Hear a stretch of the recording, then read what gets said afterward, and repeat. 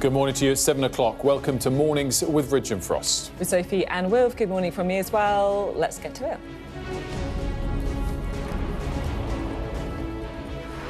US Marines seize an Iranian flagged tanker that was attempting to pass through America's blockade of the Strait of Hormuz.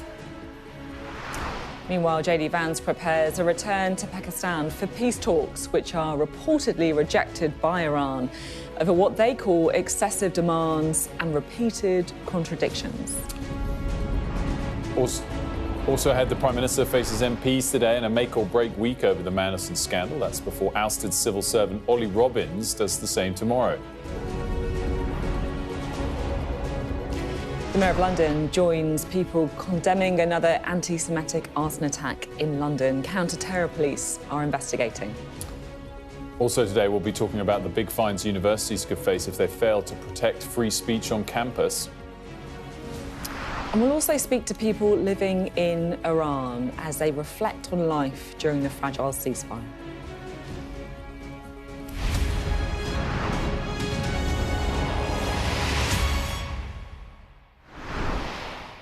Good morning. Thank you for being with us today. Well, Iran has promised to retaliate after the US seized an Iranian flagged tanker trying to break through America's blockade of the Strait of Hormuz last night.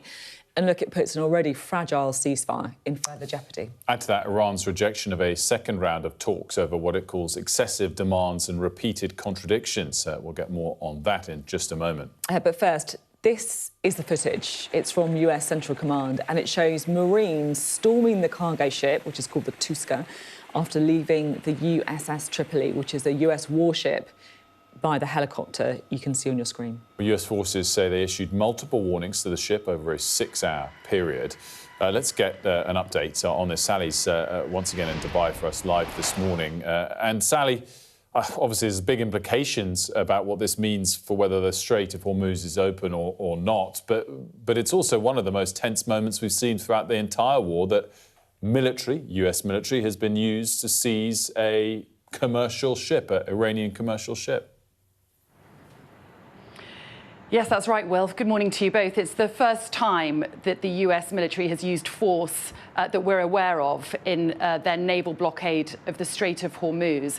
And as you say, Iran has threatened to retaliate. It does feel like a very tense moment in this war, especially given that this 2-week ceasefire is due to end tomorrow night. And while it is still holding at the moment, you can just see through the events that have taken place in the Strait of Hormuz over the weekend that really has become the main battleground at the moment. You know, there was a sense of optimism on Friday night that Iran was going to reopen the Strait of Hormuz, but they quickly poured water over many of Donald Trump's claims that he'd made on social media. It seemed that they had a very different perspective of how they saw things going. And while the Strait of Hormuz did reopen for a brief period on Saturday, some commercial vessels did make it through, but very few compared with what would pass through the Strait normally. Iran then quickly changed their mind and said, no, we're closing the Strait of Hormuz for as long as the US naval blockade remains in place. And it did seem a little unrealistic that Iran was going to allow commercial vessels to pass through the Strait of Hormuz and essentially reopen it, as we're calling it,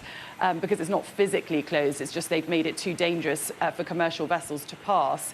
But they simply are not going to accept that for as long as their own vessels are not being allowed in and out of Iranian ports. And as we saw in that dramatic footage, the US military, got involved this weekend, warning over a period of 6 hours to this Iranian vessel to essentially turn around and stop trying to sail through the Strait of Hormuz. They then fired at its engine room after warning it to evacuate the engine room on the vessel, and then boarded the vessel and took control. It is an extraordinary development, and Iran has warned they will retaliate. We've seen some retaliation so far, at least 4 incidents of the Iranians firing on commercial vessels in the last 24 hours, and reports from the Iranians as well that they've used drones against US naval ships. It feels like a very tense moment, and we're going to have to see how things play out today. And Sally, can you give us an update on the ceasefire talks as well? Has there been any progress or not? This is a very good question. It feels a bit reminiscent of last time when the Iranians said, we are not going. And then at the 11th hour, there was an announcement that the Iranian delegation had arrived in Islamabad, and they did hold 21 hours of talks. But at the moment, the Iranians are rejecting this invitation to Islamabad for a second round of negotiations with the US. Despite that, it does seem that the US delegation may still be traveling in that direction. Donald Trump announced last night that the US delegation would be going. It's understood it will be led by Vice President J.D. Vance once again. And Donald Trump has said that his team will be in place in Islamabad tonight in some expectation that there's going to be a second round of negotiations. But we're also now hearing that escalatory language that we also heard before this ceasefire was called. Donald Trump warning the Iranians, you know, he essentially said, we've got a fair deal to offer you, but if you don't accept it, we are going to bomb your power plants and bridges. You know, really, really concerning stuff. We've been here before. It feels like a tense moment. I mean, there is a real hope that both sides will come together to de-escalate this situation once again. But at the moment, we've got around 24 hours or so left of this current ceasefire and no confirmation yet that the Iranians are going to travel to Islamabad for more talks. Sally, great stuff as always. Thanks so much. Well, that's the headline ceasefire between the US and Iran, and the ceasefire in Lebanon is also in doubt. Well, this morning the Israeli military have issued a warning to people in southern Lebanon not to return to a number of border villages until further notice. For people in Beirut, the ongoing conflict has brought, well, displacement, grief, death, but also resilience, as our international correspondent Diana Magnay reports. There is so much tragedy here in amongst all the rubble. A younger brother, Salam's only sibling, killed in an Israeli airstrike before the ceasefire. He went down south to check on our village, and there was an airstrike that got him. And he was martyred, his body torn apart.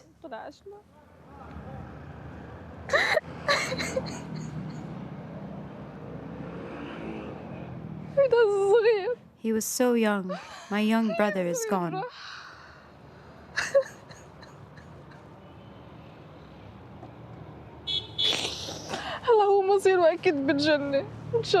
I'm sure he now rests in heaven. God forgive Israel.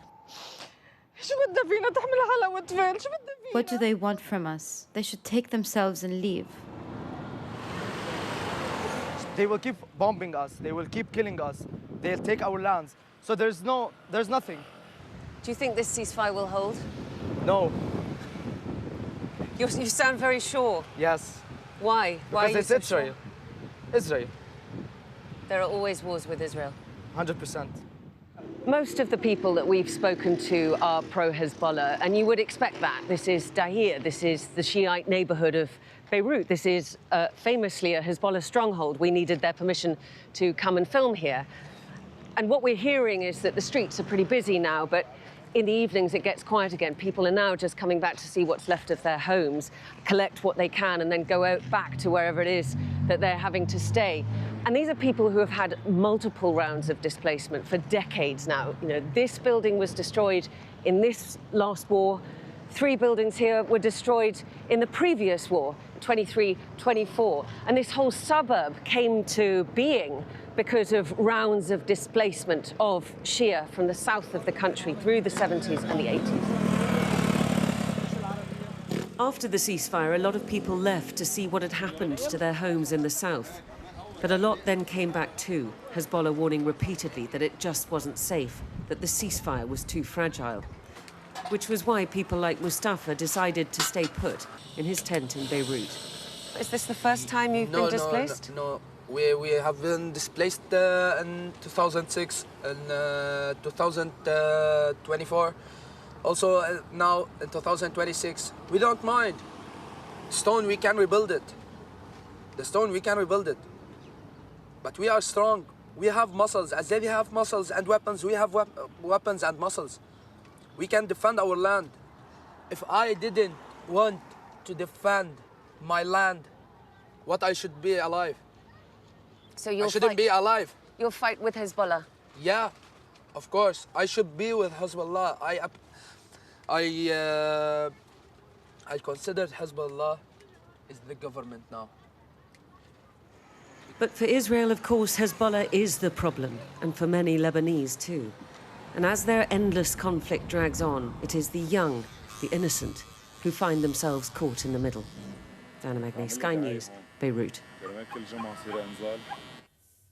Alex Crawford reporting there on the, tragic situation happening in Lebanon. Lots of moving parts this morning when it comes to peace talks, when it comes to, of course, the Strait of Hormuz. Wilf, what's going on with the markets? Well, unsurprisingly, we're seeing oil prices jump on the news that, clearly a US military ship has been involved in seizing an Iranian commercial ship. Here's a 5-day chart of the oil price. Up about 5% this morning, Brent to $95. Again, I just wanted to show this short-term chart because it captures the big move down we saw in oil prices last week. It was on Friday. Amazing how quickly things move. It was right at the end of last week when President Trump declared that the Strait of Hormuz was open. We saw quite a big move there from late Thursday into Friday. We saw almost a 10% slide, basically 100 down to 90. We're splitting the difference this morning, up 5% to 95. Unsurprising, I guess, to see the move higher today. Hope that it was open, and then clearly actions over the weekend that have shown that it is very much not open. Let's look at oil prices, zooming out a little bit. This is a longer-term chart over the course of the last 6 months. Clearly, where we are today at 95 is still sharply higher than the 60 that we started the year at, the 70 that we started the war at. But there is one sort of slight positive to take a look at. During the month of March, the first month of the war, quite often on days of good news, when we saw the oil price fall back, I pointed to this technical market aspect that we're seeing of a series of higher lows. So even though we got good news, we'd only fall back temporarily to go back higher again. That sort of flipped into the month of April. On days of bad news, like today, yeah, we're seeing a move higher, but we're seeing a series of lower highs. So essentially what I'm saying is if you step back, the month of March, regardless of individual short-term moves, individual bits of day moves, it was a trend higher. And the course of April, pretty much, even on a bad day like today, is a trend lower. So that is relatively encouraging, although it's sort of baked in on the idea that both sides now want the strait to be open, but they're struggling to see who deserves the credit for that. And, of course, we're seeing how tense things are. But that's sort of what we're seeing in oil prices. Just to sum up the sort of net effect of Friday's good news and today's bad news, if we look at Asian equity markets, you'll see they're actually higher today, which is kind of quite striking on a day of bad news. Now, why is that? It's because when President Trump announced that good news on Friday, Asian markets were already closed for the weekend. So this really is a good snapshot of the sort of net effect of the good news Friday and the bad news today. And in fact, it's optimism. The stock markets of Asia are up, only slightly 0.5% or so, but they're up. Just finally, I want to end once again on UK borrowing costs. This is the 1-year UK gilt yield. It's not open yet today, so this just includes Friday's move. It will probably move up a little bit today on the bad news of oil prices rising again. But I think it's a similar trend to what you see in that shape of the oil price chart. Look, we're a long way higher for borrowing costs from where we started the war, but we are quite nicely lower from the peak of 4.5% on the 1-year gilt yield. We're down to about 4.1% as things stand, and that is a little bit of relief for the Chancellor, for the Governor of the Bank of England. By the way, the Governor of the Bank of England last week also tried to pull cold water last week on the idea that he would automatically hike rates. So all of that showing at least a trend of improvement in UK borrowing costs, but nonetheless a lot higher than where we started the war, of course, at the end of February. Sophie. Yeah, so many moving parts, so much uncertainty, of course, in the conflict as well. We're going to talk domestic politics next because the Prime Minister is going to be defending himself in Parliament today. It's over the latest Peter Mandelson revelations. Never good to have to come and defend yourself, is it? Yeah. Anyway, he's expected to blame officials for not telling him that Lord Mandelson failed his security vetting during the process of appointing Mandelson as ambassador. We can talk to Lucy McDade, who's here with us now. So he's going to come up fighting. I guess he's going to say that he didn't know about Peter Mandelson failing the vetting, so none of it is really his fault. Yeah, we've seen a fair bit of pitch rolling over the weekend about what we can expect today. Effectively, we're seeing a real war of words between the Prime Minister and civil servants, which could become a problem in time as well, actually, a longer-term issue. But look, the claim here, coming from people like Kemi Badenoch, for example, is that the Prime Minister misled Parliament because a number of times he went to, in front of MPs and said a full due process was followed in appointing Peter Mandelson. That turns out now it wasn't true. The key is whether he knowingly misled MPs. And so Downing Street is sticking to the line that until Tuesday of last week, neither the Prime Minister or anybody in Number 10 had any idea that Peter Mandelson had failed vetting. But we've seen allies of Ollie Robbins, that senior civil servant in the Foreign Office that has lost his job over this, coming out and saying he was effectively sticking to the rules. It's interesting when you step back and say sticking to the rules and we didn't mislead. There gets a point where incompetence is your conclusion as opposed to actively lying. And I don't know which is worse, but this whole saga has been unfolding for so long. The other question is how much is this incremental to voters when he's already been very damaged by it? Yeah, absolutely. We can get stuck on the technicalities and the little developments of this story, can't we? But it does come down to... This is ultimately a problem for the Prime Minister. You've got the fact that... I've got a quote here from Peter Kyle, the Business Secretary, in September. He said, we knew there were risks involved in appointing Peter Mandelson, but also his talents led us to believe at the time the risk was worth it. And since then, we've seen so many more developments. And like you say, not only are opposition leaders saying that at the very least, Keir Starmer, this is from Kemi Badenoch, Keir Starmer is either a liar or he's incompetent. But you've also got his own MPs, kind of their head in their hands over this, saying... It just comes back to those criticisms we've seen of Keir Starmer's judgment, of the decisions that people are making around him, whether or not he's in charge of his team in Number 10. That's what it all comes down to. That's why this is such a big problem. Thanks, Lucy. Thank you. 2:30 in Parliament today. Be worth watching. We'll have it live, of course, on Sky News. Now, counter-terrorism police are investigating whether a series of arson attacks on Jewish sites in London are linked to Iranian groups. So this latest incident happened on Saturday evening. It damaged a North London synagogue. The Mayor of London has condemned the targeting of Jewish charities, businesses and places of worship as shameful. Molly's here with more on what we know so far, Molly, and the scale of this problem.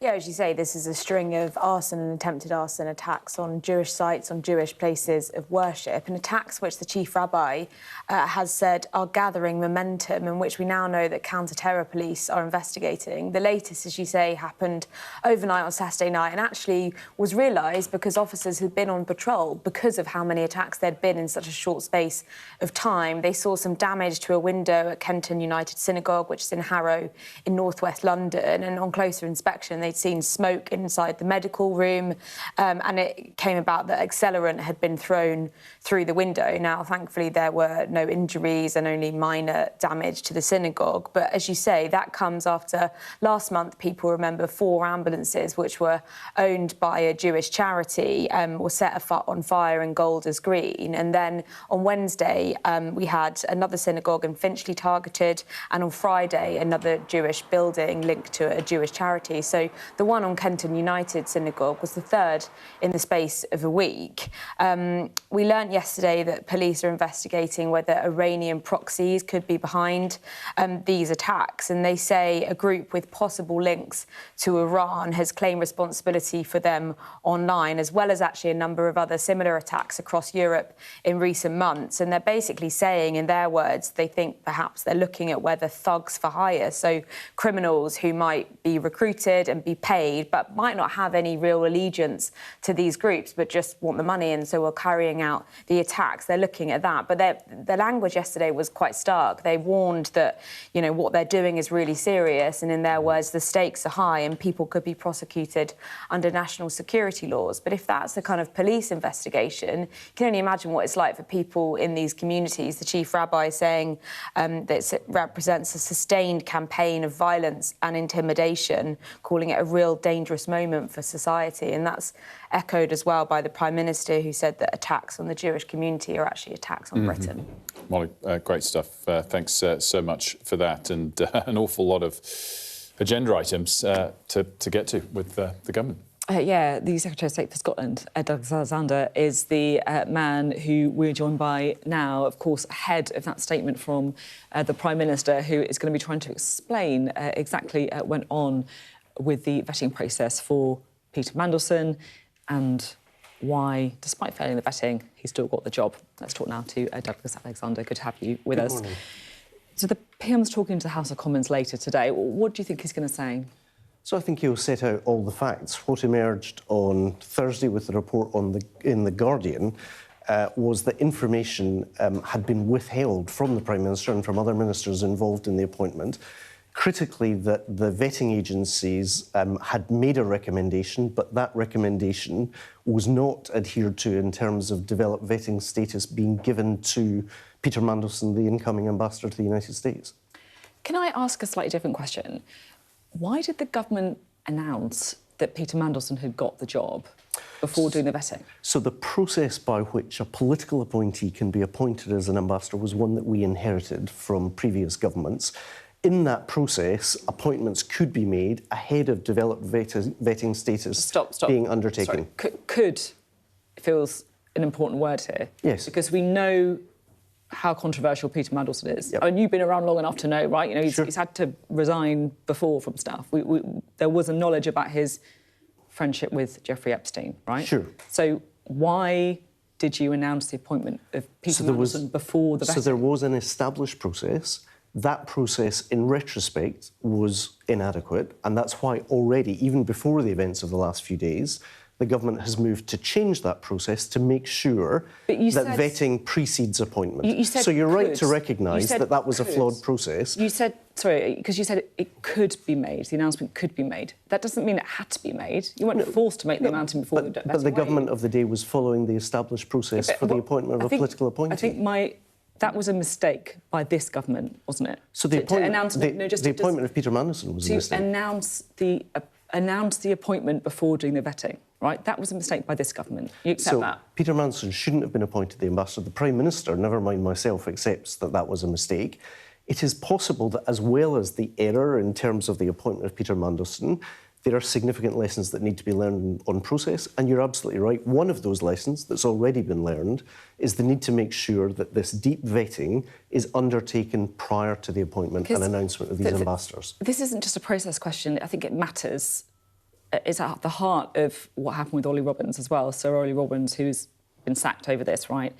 Because it put him in a bit of a difficult position. The fact that Number 10 have announced that this guy is going to be the ambassador, I mean, it would have been politically very, very difficult for him to go in and overturn that decision to come to you. When you say he probably felt that he was trying to fix it for you guys to do when you a say it favour. would be politically very difficult, one of the virtues of a politically neutral civil service is that they are not charged with responsibility for making those political judgments. I think most people watching this programme would think if there was material information that the UK vetting agencies had come up with concerns and made a recommendation in relation to what's a highly intrusive vetting process, that rightly and reasonably that would be flagged to the ministers concerned, not only at the time, when the appointment had been made, but also subsequently when the Prime Minister, both in the House of Commons and at a press conference in Hastings, was addressing these issues directly. But I guess we as ministers rely on the civil service being candid and open with us in terms of where there are any questions in relation to the full information around any statements that we're making, whether in Parliament or elsewhere. I guess a lot of people would also feel, wouldn't they, that actually the Prime Minister deciding to appoint Peter Mandelson, as you admitted, a mistake, announcing it before all the vetting was undergone, also a problem. Can I ask you another question on China too? Because there's an awful lot around saying that Peter Mandelson failed the security vetting because of links to China. The Sunday Times leaked documents suggesting the biggest client of his lobbying firm was a company linked to the Chinese military. I mean, was that the reason he failed the vetting? Honestly, I don't know. I haven't seen and been party to the vetting process. I wasn't in any way part of this appointment process. But the point stands that developed vetting is to look at all of these issues. And in that sense, it's important. The reason you undertake developed vetting is to equip people with the ability to exercise judgment and to make decisions. And even good people can make bad judgments. I mean, what we need now is full transparency, right? You're saying that you don't actually know the reason he failed. When are we going to get the next tranche of appointments related to of documents related to that appointment? That will come as quickly as possible. Do we know when that's going to be? I can't give you a definitive answer. I would observe, firstly, there's a live police investigation underway, which means we need to be careful, appropriately careful, with what documents can be shared, although the intention, of course, is to adhere to the will of Parliament. And secondly, where there are questions over national security, the Intelligence and Security Committee has accepted a responsibility to be able to adjudicate and to offer a view. But the intention on the part of government, as was clear by some of the documents that have emerged in the last few days, is to proceed at pace with disclosing these documents. The last time you came and did the morning round and spoke to us here was when Keir Starmer blocked Andy Burnham's attempt to become an MP. So it was a kind of another, I guess, politically perilous moment. Is that what Number 10 does? You know, whenever Keir Starmer has a leadership issue, red code, call for Douglas Alexander? I don't know, I'm always very happy to come and talk about Scotland. If you want to cover it on the programme as well, I'm always free and available. What's your message to MPs who might be thinking about a change of leader? I think that there are rightfully and reasonably important questions that need to be answered today. Keir Starmer's going to set out all the facts. The right place for those questions to be answered are at the dispatch box of the House of Commons. But we saw the Leader of the Opposition as recently as Friday claiming that the Prime Minister lied. That central contention that he willfully and intentionally misled Parliament and the public now relies, given what's emerged since then, on what would need to be a growing conspiracy, not just of every minister involved in this process, but a growing number of senior civil servants. These judgments matter. And in that sense, people need to reach a judgment in the round. The right place to do that is the House of Commons this afternoon, and the Prime Minister will set out his case. Kemi Badenoch will have to defend that she accused the Prime Minister of lying, but seems now to be backing off that central charge. Andy Burnham went to Angela Rayner's on Friday night. What do you reckon they're talking about? Nice weather, barbecue maybe? What do you think? I don't know. Listen, I know Andy, you mentioned that I'd served in the Cabinet with Peter Mandelson. I served in the Cabinet with Andy. Andy is a sociable guy. I have no idea what he was talking about. Probably his favourite football team, Everton, amongst other things, because Andy always talks about Everton. Do you think that Keir Starmer's going to lead Labour into the next election? I expect so, yes. You expect so? Yeah, I think he will.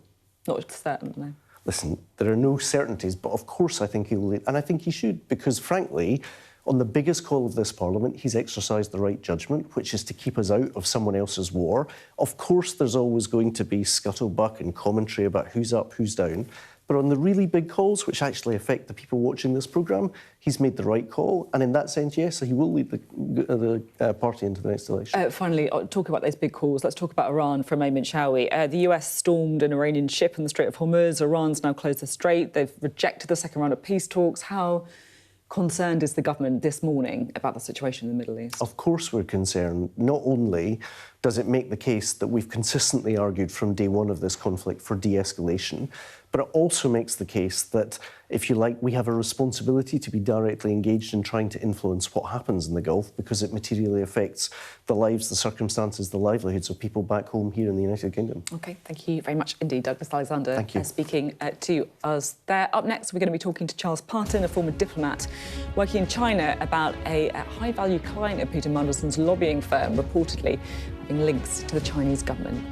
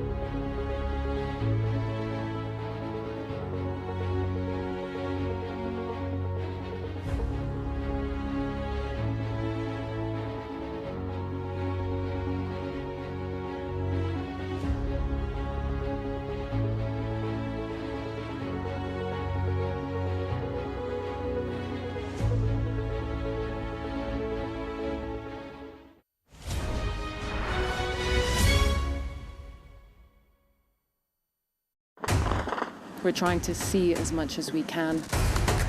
We're in an area that's just been reclaimed. Mr. Zuma, Sky News.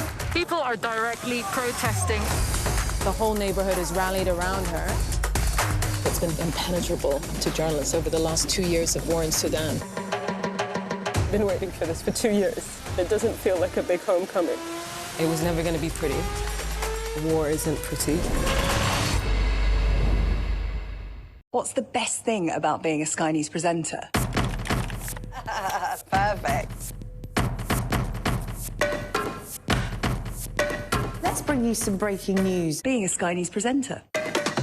I began by asking, thank you so much, trusting us to tell her story. The battle for number 10. Sky News has been given exclusive access. Let me give you a sneak peek. It was the day those present would never forget. Why did you decide to open up and tell your story? Welcome back. The government has announced a scheme to reduce electricity costs for manufacturing businesses. Firms will be exempt from certain fees, including around renewables. But industry bodies say the measures don't go far enough. With me now, the Chief Executive of Make UK, Stephen Phipson. A very good morning to you. Thanks for joining us. Good morning. Stepping back from latest measures announced, I mean, do you expect this war to have significant negative impacts on domestic manufacturing? We're already seeing it. So basically, we already had the highest energy costs in the advanced world for industrial energy in this country. And that sort of April, May time is the time when a lot of companies renegotiate their annual energy contracts. About a third of companies are in that position. We've got about 140,000 manufacturing businesses in the UK. And what we're seeing is increases between 30 and 80% now on what was already the highest industrial energy costs in the world. So that's pretty difficult, particularly for those smaller manufacturers. In terms of the kind of percentage of cost for manufacturing that energy is, gauge that for us, because I think sometimes people miss quite how big an impact it's having. Yeah, it is quite significant. So you've got a group of companies which are energy-intensive companies, steel makers, cement companies, those sorts of things, where energy is more than 50% of their costs. It's a very big part of their cost of sales. So any fluctuation in that cost, in that wholesale cost, is really, really serious for them. Less so for other manufacturers, but still quite substantial. A machine shop, we're employing 50 people making machine parts. We'll have a bill of about £500,000 a year. And what they're seeing now is that increasing to £1 million, £1.2 million a year. So substantial increases in those costs. In terms of what the government's announced last week, talk us through what you welcome in it, what you'd like to see more of. Well, the announcement was really extending a scheme that was announced during the industrial strategy last June, when we had the industrial strategy. We've got two schemes in place. One was the supercharger, which really helps those energy-intensive steel makers, cement makers, those sorts of things. That was implemented last year, and that takes off a lot of the additional levies that are put on the wholesale cost of energy. The new scheme, the British Industrial Competitiveness Scheme, was outlined in the industrial strategy, helps about 7,000 companies. Rachel Reeves just extended that to 10,000, takes off some of those levies that are added to the wholesale cost of energy. The challenge is that what they're announcing is not coming in until April next year, and people are seeing those increases now. So we think, alongside all the other increases that the businesses are suffering, such as the business rates increase, the cost of labour, those sorts of things, for those smaller manufacturers, that's a very serious problem, and we need action now. And what would you like to... I mean, is it as simple as they just have to give some money over? Well, there's two things, really. The larger companies in that energy-intensive group are suffering costs which are double those of their counterparts in Europe, even with the supercharger help. So something needs to happen to those, to help those, and a wholesale cost rebalancing scheme would be helpful there. But what we need to see is that big scheme coming in quickly now, or we start delaying some of those other cost increases to offset it, such as the business rates increase and those sorts of things.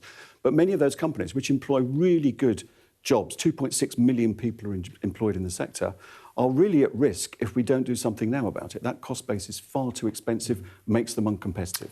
Stepping back from all of this, in terms of the short-term question, I mean, clearly, as we've all discussed for a long time, manufacturing has declined in this country over multiple decades.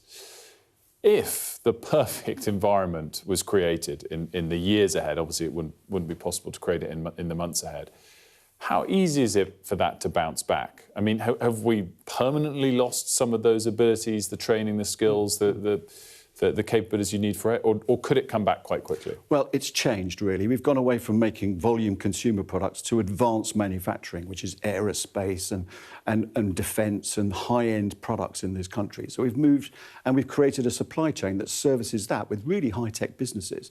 We're still regularly in the top 10 in the world in terms of manufacturing nations, so it's an important part of the economy. And most importantly, it employs really good levels of skills and jobs. So without that, we have a national security issue, as well as food and drink manufacturing and all the other things that go with it. Now, what we need to do is retain that leadership. The UK is renowned for its innovation. We're great innovators. So most things are invented in the UK. We do struggle with scaling some of those up. But our manufacturing sector reflects that now. It's advanced manufacturing. Really important, great position to be in. Last year, we created 40,000 new jobs in the renewable sector, for example, manufacturing renewable technologies. But if we want to maintain that leadership, we've got to make them competitive, ensure they remain competitive, and energy costs are a critical part of that, which is why the government needs to act to retain it, basically. But it is possible to build on that position now, as long as we're competitive. One of the big challenges we've got is investment.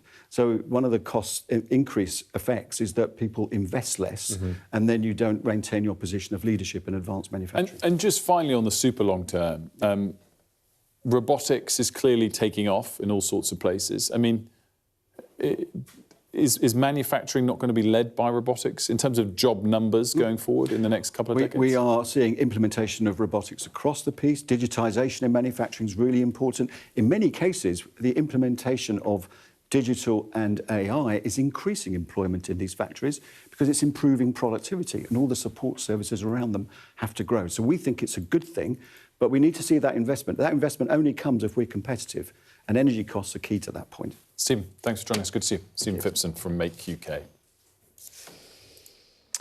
Now, Keir Starmer preparing to again face scrutiny over Lord Mandelson's appointments as US ambassador. Fresh questions being raised about his links to China after reports this morning that one of his lobbying firm's major clients has links to the Chinese government. We're joined now by Charles Parton, a Senior Associate Fellow at the Royal United Services Institute. Thanks so much for joining us. Good to see you. Stepping back for us, first of all, just frame for us, in your opinion, where the UK-China relationship is over the last decades. Is it as fraught as it's been? Is it back on the mend? Is it positive? Well, I suppose my trite answer is we don't really know, because the government hasn't made a clear strategy on China, despite its much vaunted China audit. And you don't need to take my word for that. Take Dame Emily Thornberry's words for that at the Foreign Affairs Committee in the Houses of Parliament, who says, quite rightly, that the point of the China audit was to explain to business, to academia, to Parliament and many others where we were going on China. And yet, as she rightly concluded, we don't know because the government hasn't given us any information. So, I mean, I think we sort of stagger on in this slightly unclear way, which is not helpful to business. It's not helpful, I think, either to the Chinese and to clearly delineating relationships which will enable us to take advantage of the opportunities which are undoubtedly there, but also do, as the government says, put national security as the #1 priority. There are these increasing reports and speculation that Peter Mandelson failed the security vetting, not actually because of Epstein, but because of China and these links that his then lobbying company had to China. Sunday Times suggesting the biggest client was a company linked to the Chinese military, that it was also raised as a concern by the Pentagon. How much of a red flag would these things be for the security vetting process? Well, certainly they should be a red flag, because, I mean, it was well known in China-watching circles, and should have been well known in government, in fact, that the go-to lobbying company and to get things done, if you were the Chinese Communist Party or a Chinese company, and let's not forget that all Chinese companies have to obey the Chinese national security laws and do what the Chinese Communist Party says, the go-to company was Peter Mandelson's company. That was the case with Huawei. It was the case with Imagination Technologies, this extraordinary case which has been rumbling on for some years now. And we've seen it again in reports in the press with this Wuxi AppTech, which was a company the Americans are very, very concerned about its dual use, military use, etc. So, it wasn't unknown, and it's something that certainly would have been looked into, one would hope, very carefully. It's not for people like me to say whether security vetting was failed or not. In fact, you don't really pass or fail it.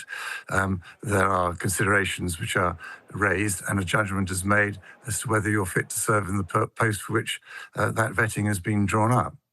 I'm interested, clearly there's been a lot of debate already in recent months about the fact that the Prime Minister did know, or certainly should have known, it was in the public domain, that Peter Mandelson maintained ties with Jeffrey Epstein after his conviction.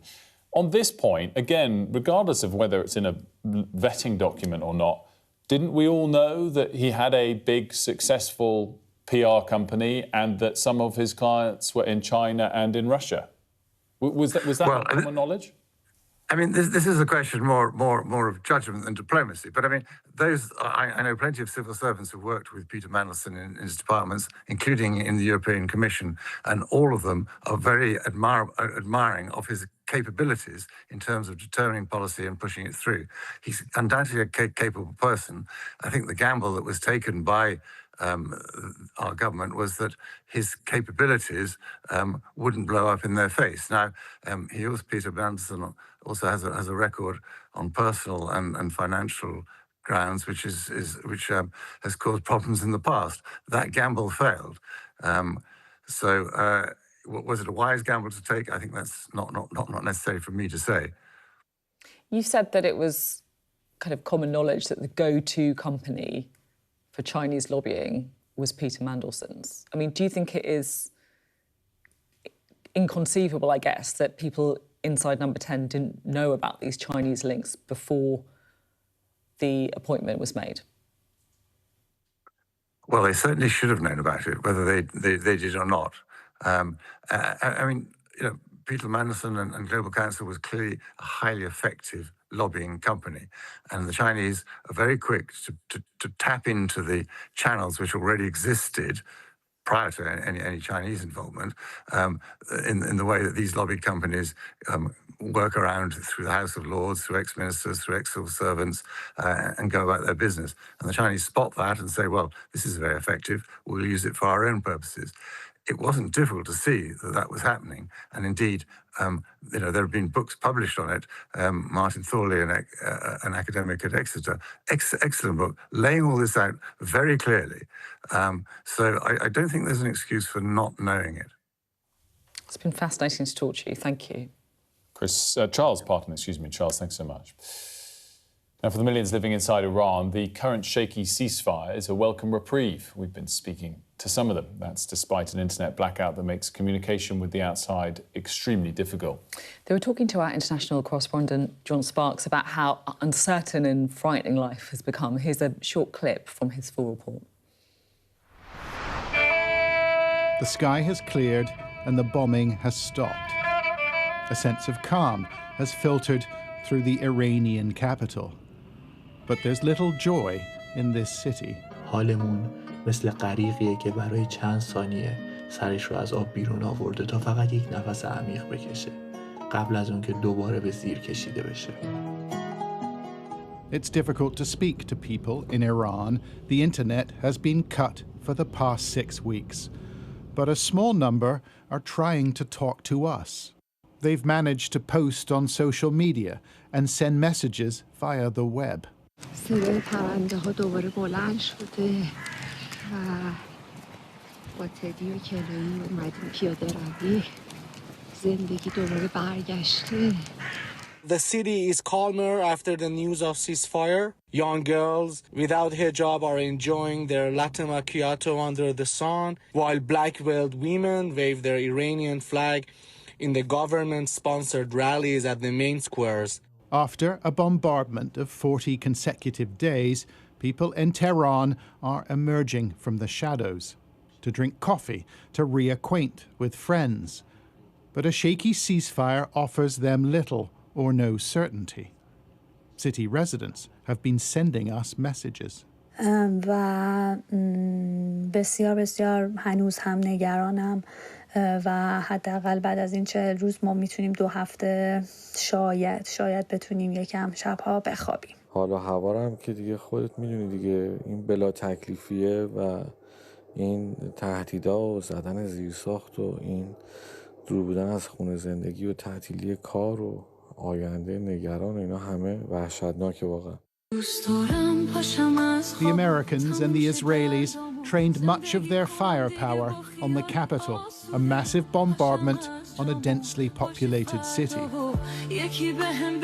And the experience was captured by a Red Crescent paramedic called Ali. I wish someone would tap me on the shoulder and say, "Get up, it was a dream," he wrote in a message that accompanied this post. And you can watch John's full report by scanning the QR code on your screen now. Visit the Sky News website. Time now to have a look at the weather. Dinner under the stars tonight? That reminds me of our travel insurance. You mean All Clear Skies? All Clear Travel Insurance sponsors Sky News weather. High pressure will keep the weather settled over the next few days, successfully repelling the approaching low pressure system in the Atlantic. However, the onshore flow will keep eastern countries rather cool, while the west will be warmer. For now, it's a chilly start for everyone, but particularly in rural areas where there'll be a touch of frost. It will be bright and sunny after early fog clears. The exception will be over northern and eastern Scotland, where it will be mostly cloudy with outbreaks of showery rain. All Clear Travel Insurance proudly sponsors Sky News weather. Coming up, we're going to have more on plans to fine universities that don't properly defend freedom of speech. That's up next.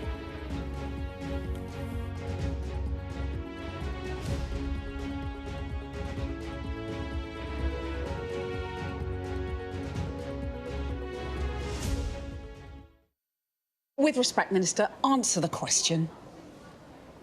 It's you. Hello and welcome. I'm Cathy Newman. So could the outcome of these elections be manipulated? New me, new show, new furniture. Hard news needs a hard chair. I feel like I'm in therapy. Oh, there's room for two on this one. Do you think people will take me seriously with my feet up? Sorry, madam, but we're closing now. Oh, sorry. Sofa sorted. Let's get this show on the road.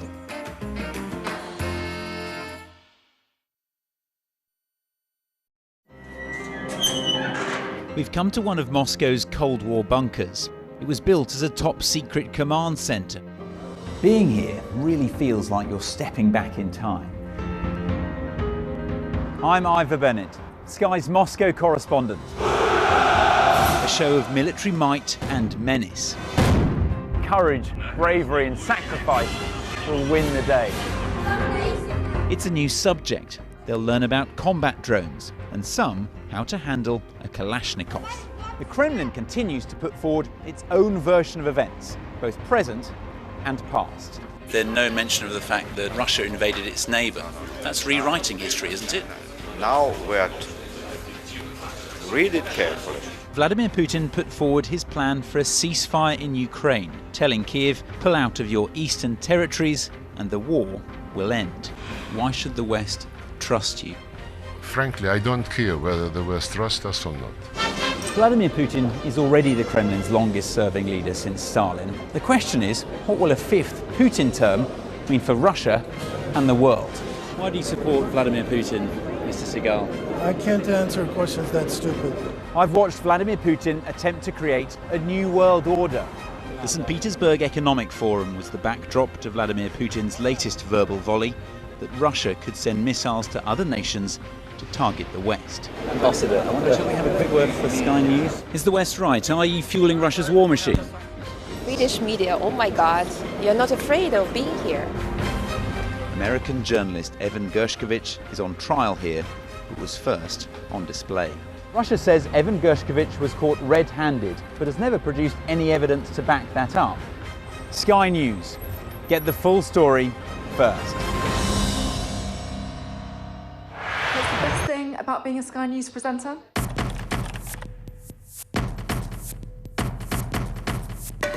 We've done the work and the reading, so you don't have to.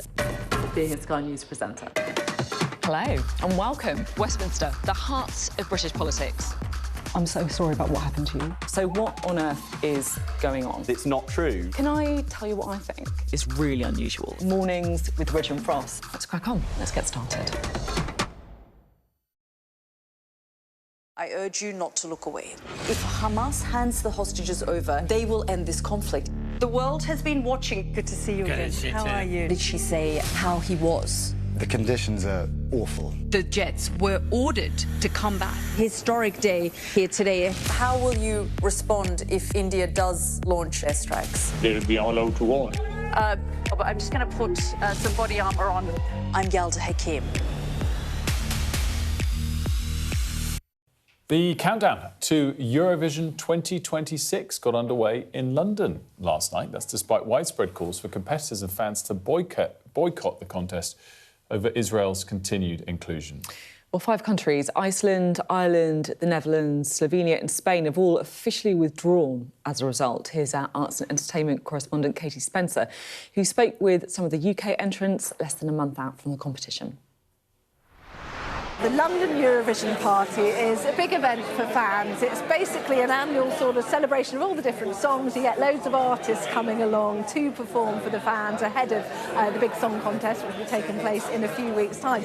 There are a lot of things to get into about this year's competition.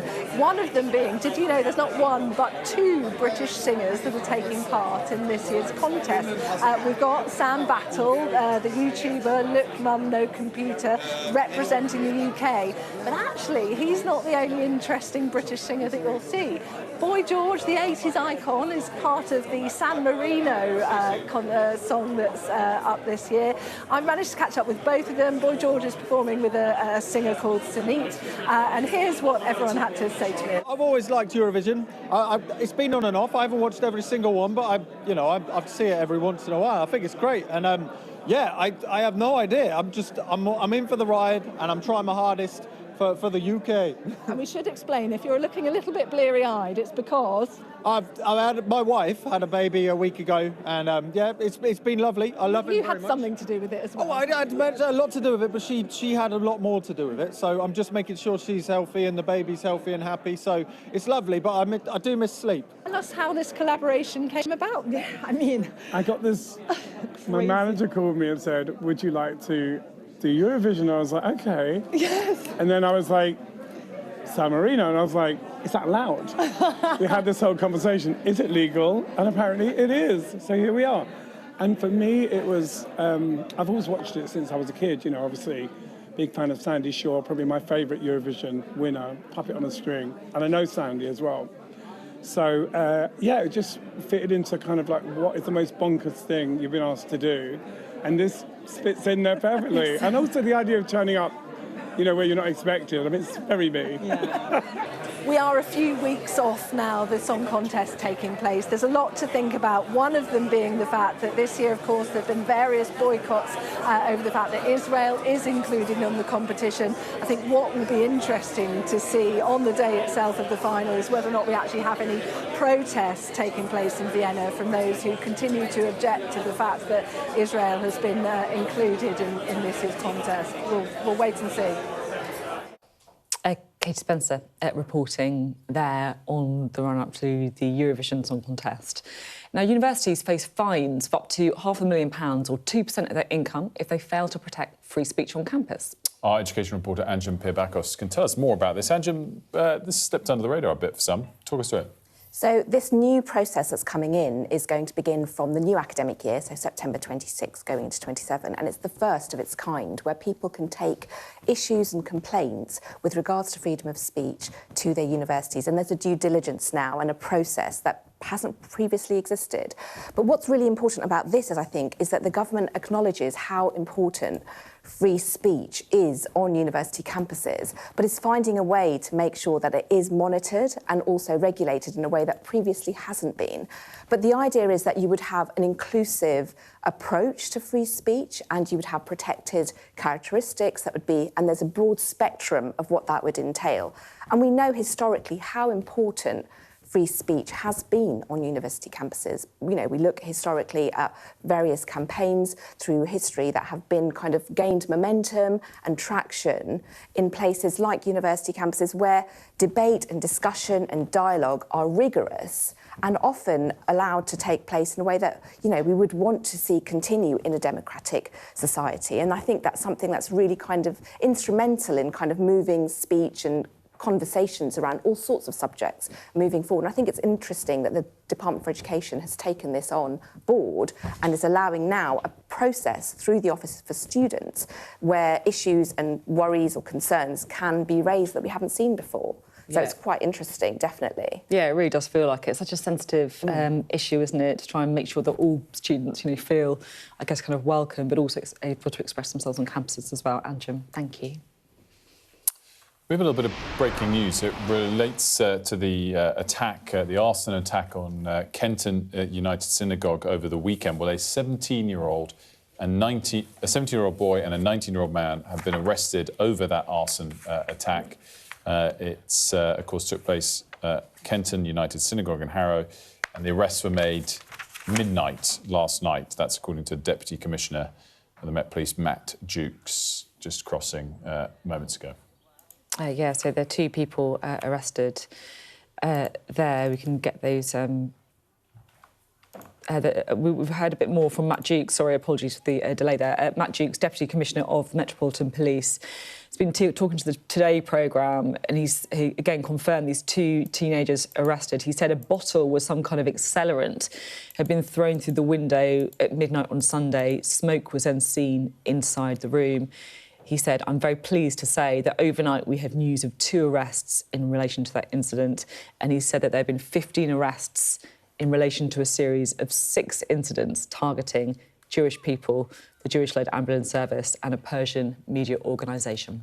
More on that with Molly at the top of the hour. We'll take a quick break.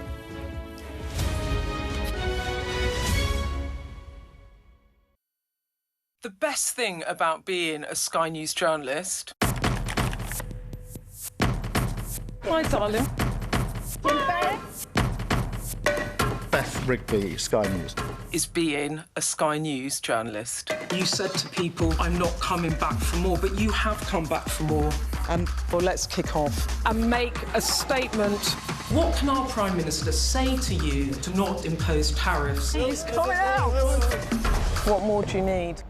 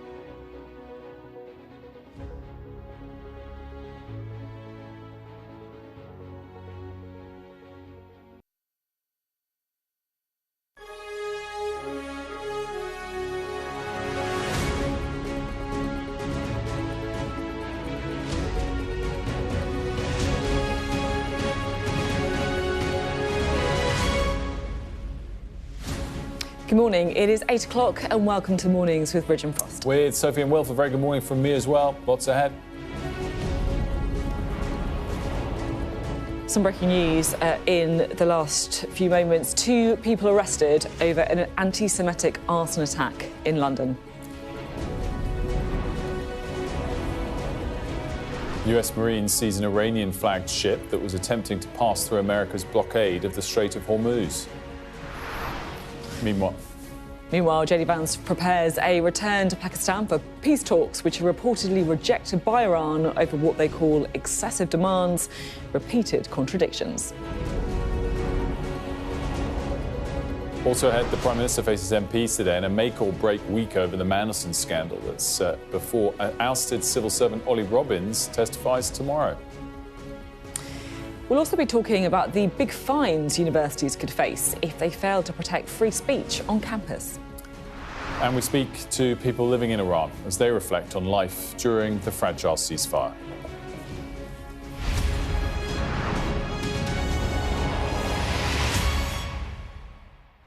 A very good morning to you. Thanks for joining us. Well, breaking news that we brought you just moments ago. A 17-year-old boy and a 19-year-old man have been arrested over an arson attack at a North London synagogue. Molly's here with us to bring us all up to speed on the very latest, Molly.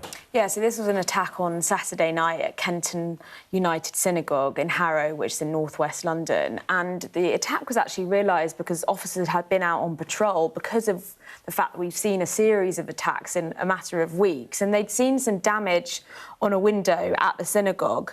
And on further inspection, they saw that there was smoke inside the medical room, inside the synagogue, and evidence that accelerant had been thrown at the window. Now, thankfully, there were no injuries, there was no major structural damage, but we've just heard from the Met Police in the last few minutes that a 17-year-old boy and a 19-year-old man have now been arrested overnight after that attack in the early hours of Sunday morning. And they also said that they've made 15 arrests in relation to a series of 6 incidents that have targeted Jewish premises and the Jewish-led ambulance services. And people will be familiar with the fact that we've seen a lot of attacks in recent weeks targeting Jewish sites, places of worship, and attacks which the chief rabbi has described as gathering momentum and which counter-terror police, as we know, are investigating. People remember, but last month we saw those 4 ambulances in Golders Green owned by a Jewish charity set on fire. And then just last week we saw a synagogue in Finchley targeted and also a Jewish building connected to a Jewish charity in Hendon. So the one in Kenton Park is 3 in a week. And we started to learn a little bit yesterday about what police are investigating in terms of potential links to Iran as well. Yeah, on that, it's quite interesting, isn't it? Because counter-terrorism police have said that they're looking into potential Iranian links. What is happening there? What do we know? Yeah, so they've described it as Iranian proxies who could be behind the attacks. And the language yesterday was interesting because they said it's a group with possible links to Iran, which has claimed responsibility for these attacks online, but also claimed responsibility for similar attacks across Europe in recent months. And they actually use this word thugs for hire in terms of what they're looking at. So suggesting potentially that they're looking at criminals who might not necessarily have a direct allegiance to, say, the ideology of this group, but actually are being recruited and paid to carry out these attacks in northwest London. And they said the language of the stakes are really high. Look, this is really, really serious in terms of what you're doing, and be warned that actually the arrests going forward, you could be perhaps prosecuted under national security offences, national security laws, which come with really, really serious sentences. So that was the kind of warning from counter-terror police yesterday, because we've seen attack after attack. And if that's the kind of police investigation, you can only imagine what it's like for the Jewish community in these areas. I mean, these ones are in North London and in quick succession, but, you know, it comes at a time that the Jewish community are feeling really, you know, horrified and shocking events. And the chief rabbi saying it amounts to a sustained campaign of violence and intimidation, and calling it a real dangerous moment for society. And that actually echoes what the Prime Minister, Keir Starmer, was saying as well, who said, look, attacks on a Jewish community are attacks on Britain. Molly, thanks as always. Molly, stay across the developing nature of that story for us throughout the morning.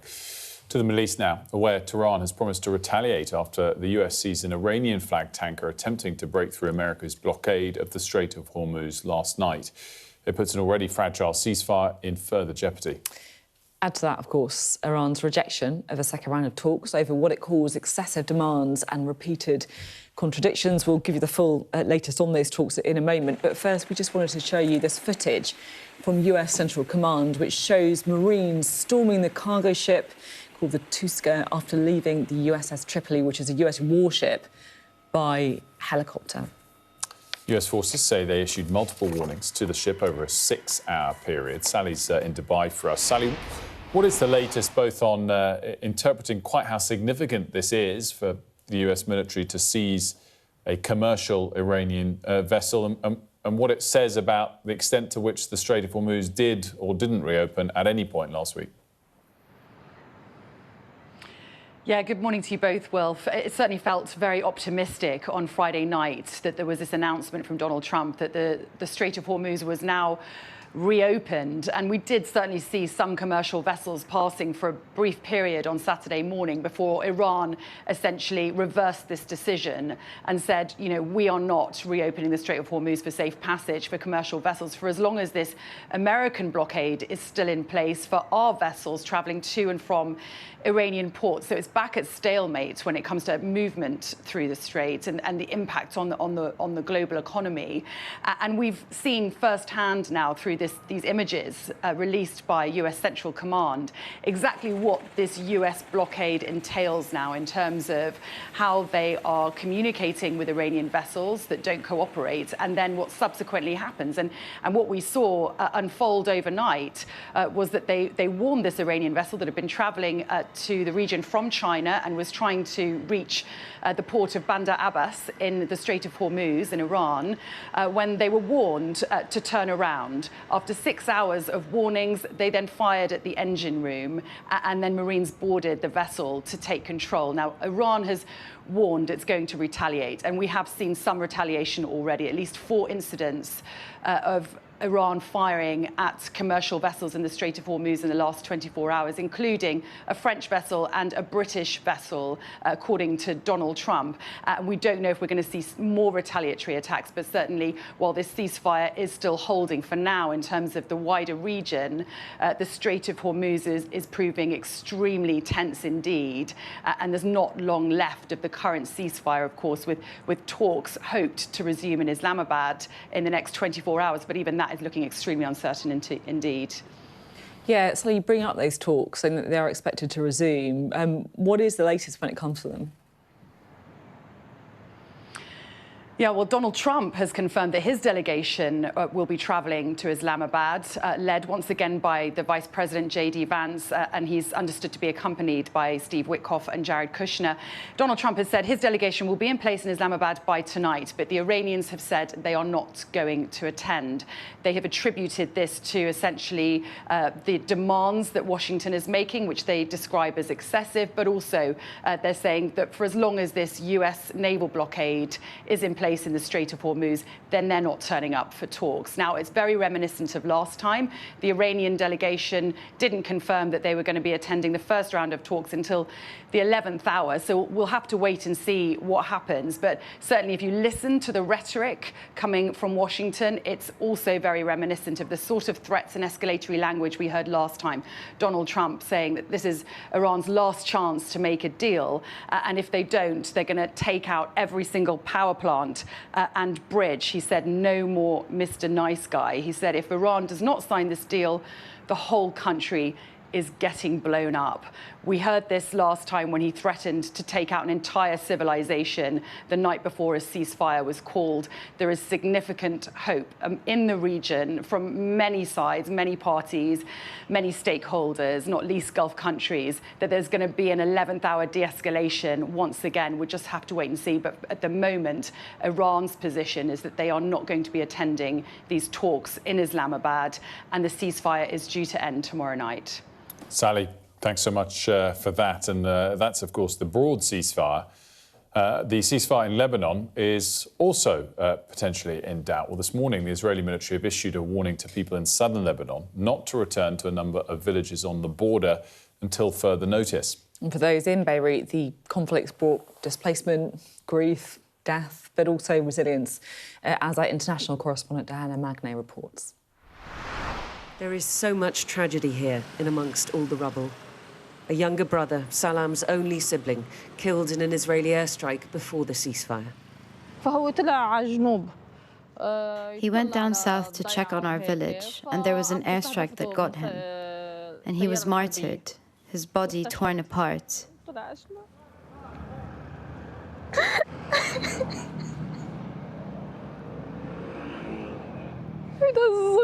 He was so young.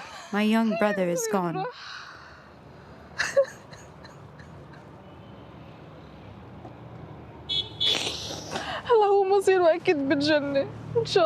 I'm sure he now rests in heaven. God forgive Israel. What do they want from us? They should take themselves and leave. They will keep bombing us. They will keep killing us.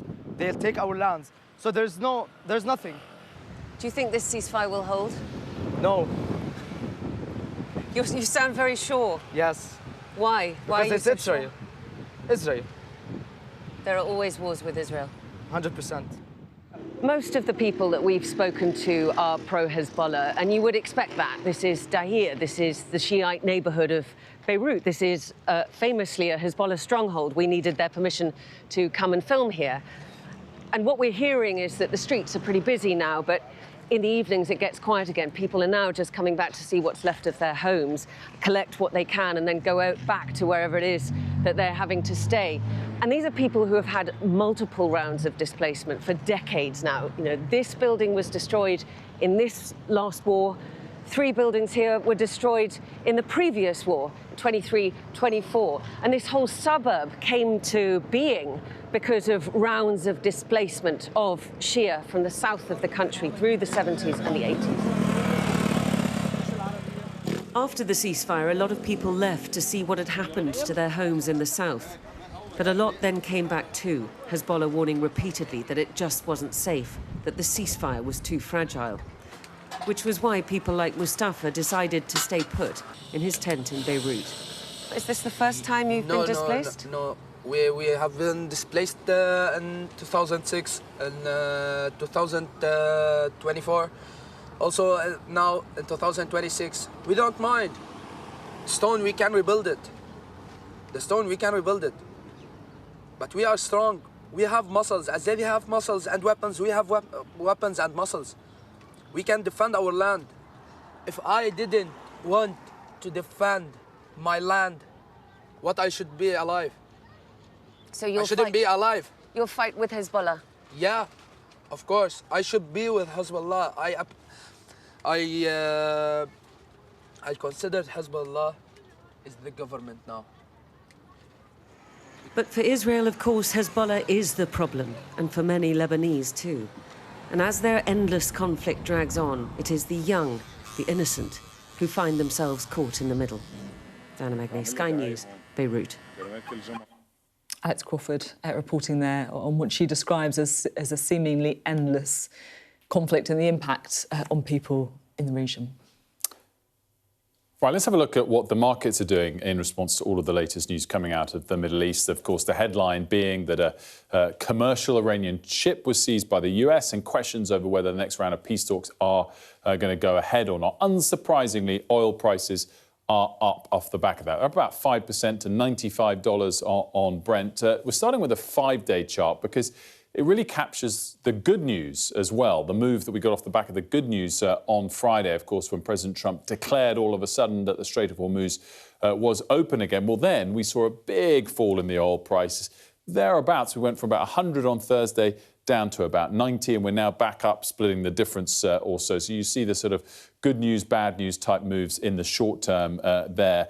Oil prices essentially moving on those hopes around the Strait of Hormuz. Let's step back and look at oil price moves over the course of the last 6 months. About 95 this morning, as I said, clearly a long way higher still than where we started the year at 60, where we started the war at 70. And that's the key point, of course, for inflation and for the economy here. We're a lot higher.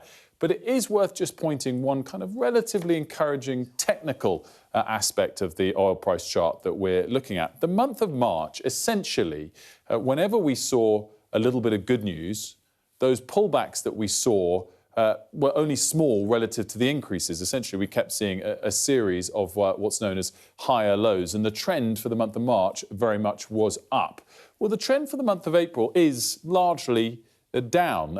Even on days when we see bad news like today and we see a bit of a spike in the oil price, we're essentially seeing a series now of lower highs. The trend for this month is down. Now, whether that continues or not, of course, rests on all sorts of factors. But it is encouraging to see the direction of that trend now down, even on a day when we're seeing oil prices up. Just to summarise that short-term news, let's have a look at live Asian markets this morning, because they're all higher, 0.5% higher, even when oil prices today are 5% higher themselves. Well, why is that? This is because on Friday, Asian markets had already closed for the weekend when President Trump declared the straits open. So what you're really seeing here is how does the market take in its stride both Friday's news and the weekend's news? Well, takes it as higher, even though the news today itself is more negative. European markets opening as we speak. Let's have a look now at borrowing costs, because that's, of course, one of the key factors, perhaps the key factor for how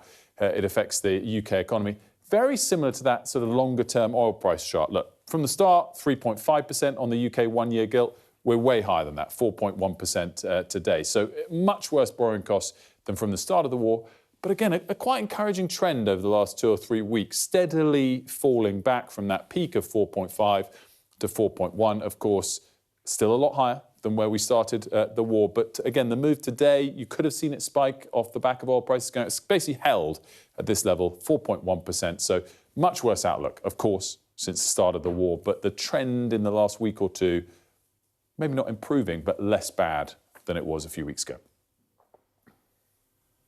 Now, at 3:30 p.m. today, Keir Starmer is going to be in the House of Commons trying to explain to MPs and the public what on earth went on with the Peter Mandelson appointment, because, of course, we now know that he failed his vetting when being made US ambassador. Lucy McDade is here to tell us more. What are we expecting to hear from Keir Starmer?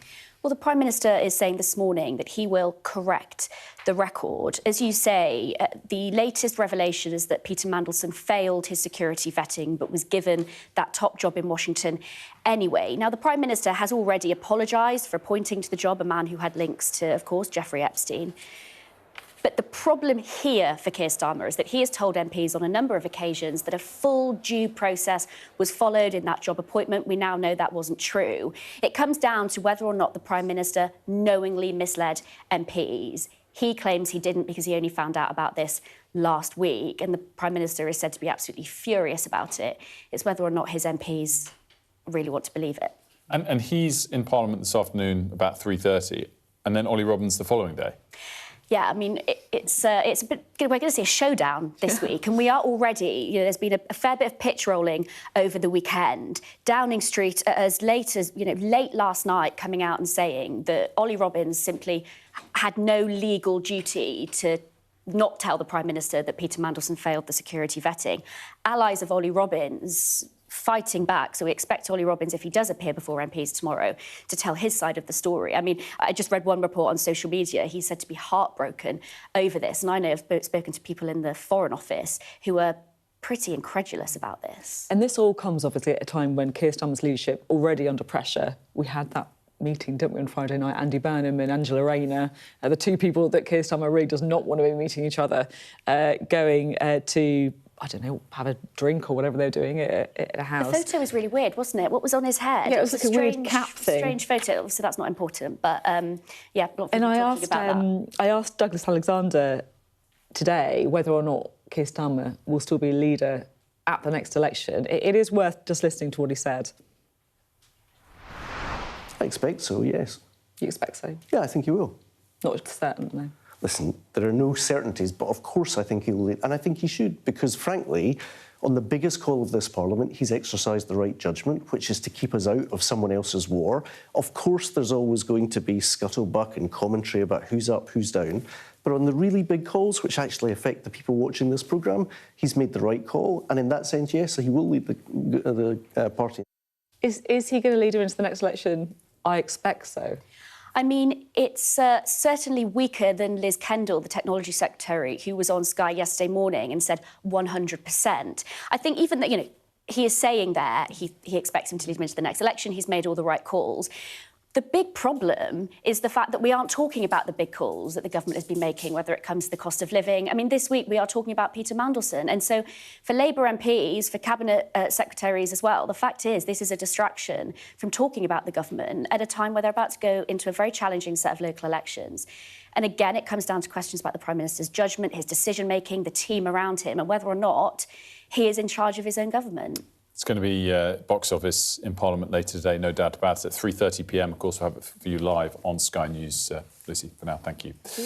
Now, more than 40 firefighters have been tackling a huge fire at a historic building in Northern Ireland. So it all started at the Diamond. It's derelict now, but it's a former hotel in Ballycastle, and it began just after 8 o'clock last night. Local residents being urged to keep the doors and windows closed.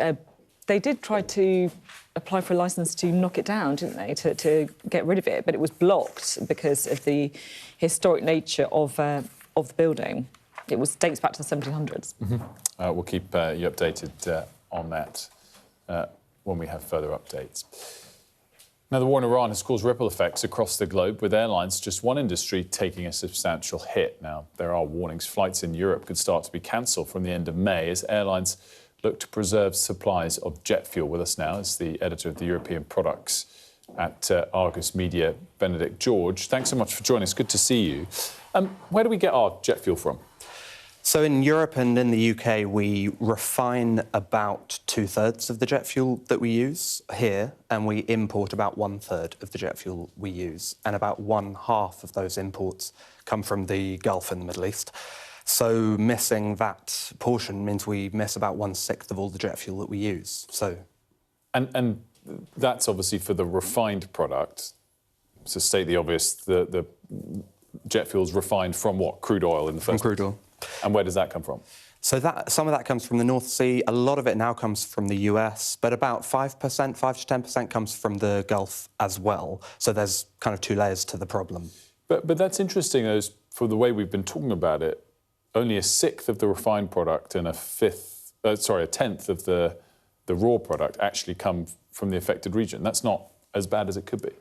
Yeah, it's not as bad as it could be. It's relatively bad relative to other refined products. So for diesel, for jet about 1/6, for diesel about 5%. For petrol, Europe actually exports petrol. So jet fuel's relatively very badly affected compared with other fuels. And what's the outlook in the short term? Well, the funny thing is, which I think is hard to see from the outside of the market, is that the problem only just affected Europe because tankers take about 5 or 6 weeks to get here from the Gulf. So until 1 week ago, Europe and the UK were still receiving cargoes that left the Gulf before the war started. So only about a week ago did we actually feel the physical impact where we stopped getting this jet fuel. So in the short term, it potentially changes quite rapidly. We're now in a new phase. We've just entered a new phase. And I guess if it takes 5 or 6 weeks for ships to get here, we're now going to be no new ships arriving. And even if the Strait reopened, it would be another 5 or 6 weeks until the next ships arrive. Or can they get here quicker if they needed to? No, the quickest they can get here is 3-4 weeks if they come through the Red Sea. Most ships don't want to come through the Red Sea at the moment because the Houthis in Yemen have been attacking ships. Even in periods where the Houthis seem to have cooled off, most ships don't want to go through the Red Sea just because of the risk. The insurance is very expensive, so most of it will take 5 or 6 weeks. So, we've been telling everyone, even if the Strait reopened on Friday, as it for a minute looked like it was going to, you still have 5 or 6 weeks to wait until the crisis actually passes. And talk to me about, in a more negative scenario, that the Strait stays entirely closed for the whole of April, say, maybe even part of May, not having 1/6 of your supply. How big are the knock-on effects of that? Well, I mean, potentially we're talking about airlines. I mean, in theory, if airlines needed to cancel 1/6 of their flights, I don't know if they will necessarily need to do that because there is some jet fuel in storage. But if they did, we would probably talk about that as a shortage of jet fuel. If that would be a significant effect on summer flight schedules if that many flights needed to be cancelled. So 1/6 is a lot. And in light of that, is it likely that prices will be going up? For tickets for flights, yes, I think absolutely. I think tickets going up is almost more likely than flights being cancelled. If tickets go up, it's part of the same thing. Tickets go up, fewer people probably book flights, and then airlines are able to cancel flights more easily. If only diesel, 5 to 10% of our supply is coming from this region, the threat of supply shortages there very low, but price increases quite high. Well, yes, exactly. Price increase is very high, as in the risk of price increases. Prices already have gone up quite a lot. The risk of you not being able to get any diesel for your car, less significant. You're probably just going to want to buy less because it's so expensive. Step back from the UK and Europe. Which countries around the world are most exposed to shortages? So Australia is very exposed. Australia is the biggest importer of diesel in the world. It doesn't have many refineries and it has a huge mining industry that uses a lot of diesel. So Australia's even been paying enough for its diesel recently that it has imported some diesel from Europe, which is extremely rare. And given how expensive it is here, you can imagine how expensive it must be in Australia. Southeast Asia is very exposed. Asia is particularly exposed to the crude oil impact. So they've had to cut refinery processing rates. So they've kind of felt it from a different angle. They're trying to import more jet fuel and diesel to replace what they can't refine. And just finally, in terms of a tipping point for when all of this really has a massive negative effect ultimately on the global economy. Have we crossed that tipping point? Is it another week of closure? Is it another month of closure? I think it's very hard. I shouldn't forecast. I don't know exactly how long it will be, but I think, as you say, we're already locked into about 5 or 6 more weeks of this, no matter what happens in the Strait.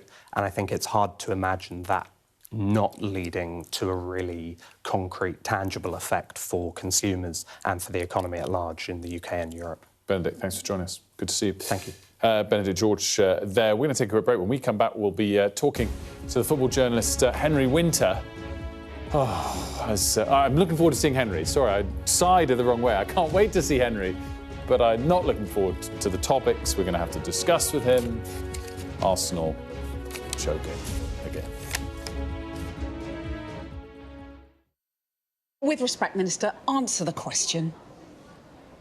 It's you. Hello and welcome. I'm Cathy Newman. So could the outcome of these elections be manipulated? New me, new show, new furniture. Hard news needs a hard chair. I feel like I'm in therapy. Oh, there's room for 2 on this one. Do you think people will take me seriously with my feet up?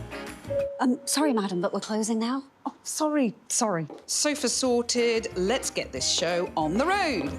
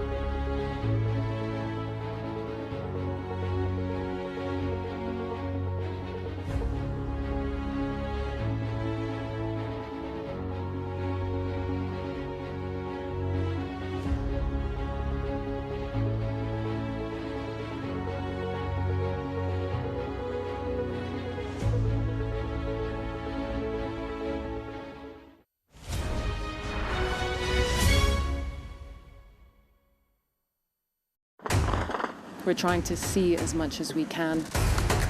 We're in an area that's just been reclaimed. Mr. Zuma, Sky News. People are directly protesting. The whole neighborhood is rallied around her. It's been impenetrable to journalists over the last 2 years of war in Sudan. I've been waiting for this for 2 years. It doesn't feel like a big homecoming. It was never going to be pretty. War isn't pretty. What's the best thing about being a Sky News presenter? Perfect. Let's bring you some breaking news. Being a Sky News presenter. I began by asking... Thank you so much. ...trusting us to tell her story. The battle for number 10. Sky News has been given exclusive access. Let me give you a sneak peek. It was the day those present would never forget. Why did you decide to open up and tell your story? Welcome back. For those inside Iran, an internet blackout has made communication with the outside world extremely difficult. But some stories are emerging, with Sky News hearing how uncertain and scary life has become. Well, our international correspondent John Sparks reports. The sky has cleared and the bombing has stopped. A sense of calm has filtered through the Iranian capital. But there's little joy in this city. حالمون مثل غریقیه که برای چند ثانیه سرش رو از آب بیرون آورده تا فقط یک نفس عمیق بکشه قبل از اون که دوباره به زیر کشیده بشه. It's difficult to speak to people in Iran. The internet has been cut for the past 6 weeks. But a small number are trying to talk to us. They've managed to post on social media and send messages via the web. صدای پرنده ها دوباره بلند شده و با تدی و کلایی اومدیم پیاده روی زندگی دوباره برگشته. The city is calmer after the news of ceasefire. Young girls without hijab are enjoying their latte macchiato under the sun, while black-veiled women wave their Iranian flag in the government-sponsored rallies at the main squares. After a bombardment of 40 consecutive days, people in Tehran are emerging from the shadows to drink coffee, to reacquaint with friends. But a shaky ceasefire offers them little or no certainty. City residents have been sending us messages. و بسیار هنوز هم نگرانم و حداقل بعد از این 40 روز ما میتونیم 2 هفته شاید بتونیم یکم شبها بخوابیم. حالا هوا هم که دیگه خودت میدونی دیگه این بلا تکلیفیه و این تهدیدا و زدن زیرساخت و این دور بودن از خونه زندگی و تعطیلی کار و آینده نگران اینا همه وحشتناکه واقعا. The Americans and the Israelis trained much of their firepower on the capital, a massive bombardment on a densely populated city. And the experience was captured by a Red Crescent paramedic called Ali. I wish someone would tap me on the shoulder and say, "Get up, it was a dream," he wrote in a message that accompanied this post. Well, there is more of John's report online, but breaking news. You're watching now a live press conference from the Iranian Foreign Ministry spokesperson Ismail Baghai in Tehran, and he has just said there is no plan for a second round of talks, peace talks with the US. Of course, over the weekend, there had been expectation that there would be. That started to be quashed yesterday, but the US suggested their team, J.D. Vance and others, were travelling to Islamabad either way, despite comments from the Iranians that talks wouldn't take place. Well, the Iranian Foreign Ministry spokesperson Ismail Baghai just saying that those talks won't be taking place. We'll listen, of course, that press conference there at the Ministry of Foreign Affairs in Iran and bring you anything more that comes out of it, of course. Universities face fines of up to £500,000 or 2% of their income if they fail to protect free speech on campus. Our education reporter Anjum Pirbokos can tell us more about this. Anjum, what exactly are we talking about here? So this is the first of its kind. Some sort of processes and systems are being brought in from this new academic year, so September 2026, onwards, where people can use systems that will be in place to complain or raise any issues with regards to freedom of speech on university campuses. And this is quite important, and I think it's interesting that the government have decided to take this course of action and bring in this ruling, because they obviously understand that free speech is such a core part of a university experience, but culture and the values that we have as a democratic society. So allowing that to kind of flourish, nurturing it, giving it the kind of parameters in which to function, but also being able to allow for it to flourish and allow those discussions to take place, that dialogue and that rigorous debates that I think often we've seen how instrumental that can be to particular campaigns in the past. And when we're talking about this, what is the trigger for it? Is it, you know, protests that we've seen on campus, or is it, excuse me, speakers talking for issues that have become, I guess, controversial among a lot of the student population, trans rights, for example, or Israel, some speakers being shut down? Is that what it's about? I think there's a breadth and a spectrum of different issues. And I know that there was a case last year that was brought against a university where they did have to pay a huge amount of money in terms of fines because they were found to be out of kind of like the bounds of where they should be with regards, I think it was gender and trans issues that were raised. So I think this is kind of bringing the whole process into a safe and inclusive debate, but also in a way that's going to be regulated and monitored in a way that previously hasn't been. So I think that regulation and that monitoring is kind of a step that's been taken in light of things that we've seen in recent debates.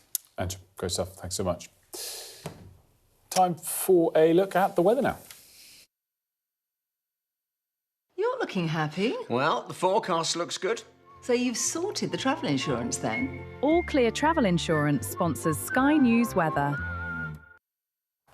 High pressure will keep the weather settled over the next few days, which successfully means the approaching low pressure system has been repelled in the Atlantic. So what I think that means is that it's going to be, I guess, a bit less rainy and windy. County is going to be a bit cool. For now, though, it is a chilly start for everyone, but particularly in rural areas where there'll be a touch of frost. It will be bright and sunny after the early fog clears.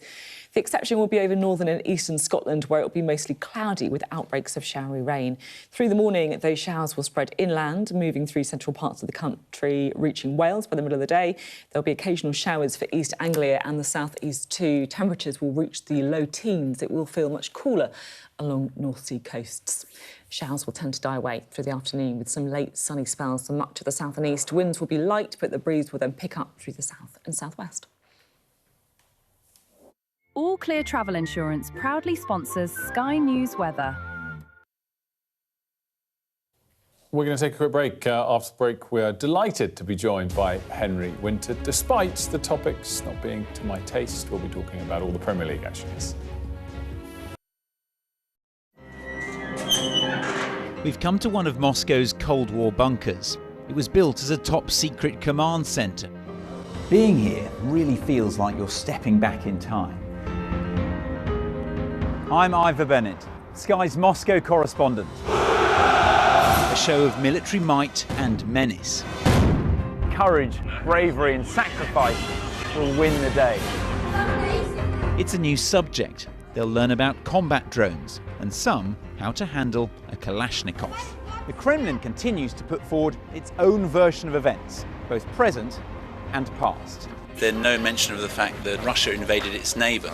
That's rewriting history, isn't it? Now we have to read it carefully. Vladimir Putin put forward his plan for a ceasefire in Ukraine, telling Kiev, pull out of your eastern territories and the war will end. Why should the West trust you? Frankly, I don't care whether the West trusts us or not. Vladimir Putin is already the Kremlin's longest-serving leader since Stalin. The question is, what will a fifth Putin term mean for Russia and the world? Why do you support Vladimir Putin, Mr. Segal? I can't answer questions that stupid. I've watched Vladimir Putin attempt to create a new world order. The St. Petersburg Economic Forum was the backdrop to Vladimir Putin's latest verbal volley that Russia could send missiles to other nations to target the West. Ambassador, I wonder, shall we have a quick word for Sky News? Is the West right? Are you fueling Russia's war machine? British media, oh my God, you're not afraid of being here. American journalist Evan Gershkovich is on trial here, but was first on display. Russia says Evan Gershkovich was caught red-handed, but has never produced any evidence to back that up. Sky News. Get the full story first. What's the best thing about being a Sky News presenter?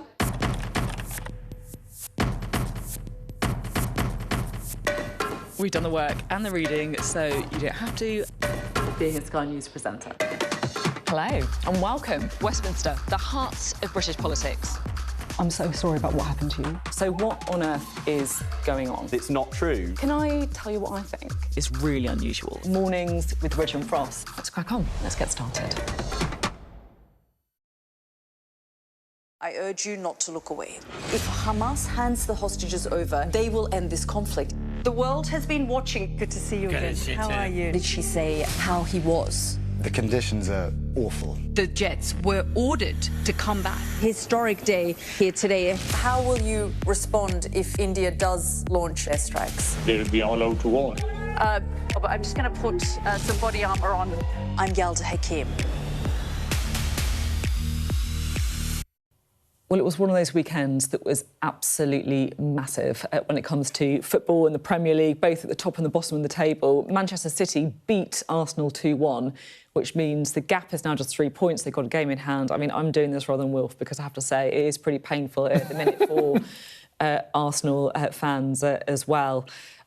I'm going to read on here as well because I'm not going to make you say this next line either. Erling Haaland scored the winner in the second half of the game, and that means that City will now move above Arsenal if they win their game in hand against Burnley on Wednesday. Let's move on. Meanwhile, Liverpool beat Everton in a thrilling Merseyside derby to consolidate 5th place in the table. Captain Virgil van Dijk heading home the winner. In the 10th minute of added time, the victory moves them 7 points clear of Chelsea in 6th place. Aston Villa also boosted their Champions League qualification chances with it was a dramatic 4-3 win over Sunderland. Tammy Abraham scored the winner. That was in the 93rd minute. You can see what it means. Villa stay 4th in the table, level on points with 3rd place Manchester United. And a big win for Nottingham Forest at the bottom of the table. They came from a goal down to beat Burnley 4-1. Morgan Gibbs-White scored a second-half hat-trick at the City ground. The win moves them 5 points clear of the bottom 3.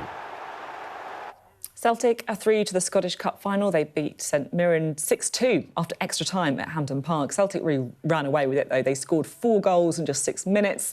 Kelechi Iheanacho got 2 of them, and that means they're going to play Dunfermline in the final next month. Right, let's bring in Henry Winter to discuss it all. Henry, lovely to see you this morning. I didn't really want to kick this off because there's only one match we have to kick it off with. But what I have to say is unbelievable is it's actually not over yet after what has been a terrible month for Arsenal. It's not over, and at the risk of sort of sounding like Kevin Keegan, Manchester City have still got to go to Everton. They've got to go to Bournemouth. You know, there will be twists and turns on the way, but you looked at it yesterday and you just thought the momentum has shifted because Manchester City, they've got the muscle memory. They know the way to the finishing line. They've got the best manager in the country in Pep Guardiola. He's got the roadmap to the finishing line, and they've got players taking responsibility all over the pitch. You know, whether it's Haaland who gets away from Gabriel here and just takes that chance, not having done much all game.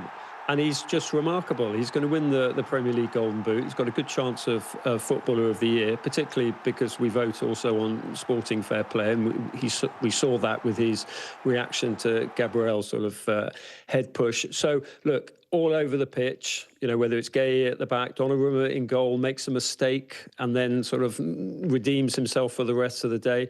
O'Reilly's been brilliant at left back, attacking, contributing goals. Ryan Cherky's come in and scored and given so much. Semenyo on the right as well. Rodri regaining some of his Ballon d'Or class in midfield. So, yeah, all over, it all looks towards City. Yeah, I thought actually Arsenal were quite lucky with that Gabriel. You know, if Haaland had gone down, you know, I thought it could have been a red there.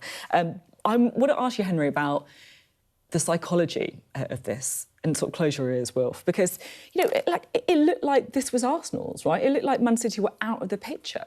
I mean, what kind of mentality does a team have to constantly have that belief and to find themselves now in the position where, you know, they could win the whole thing?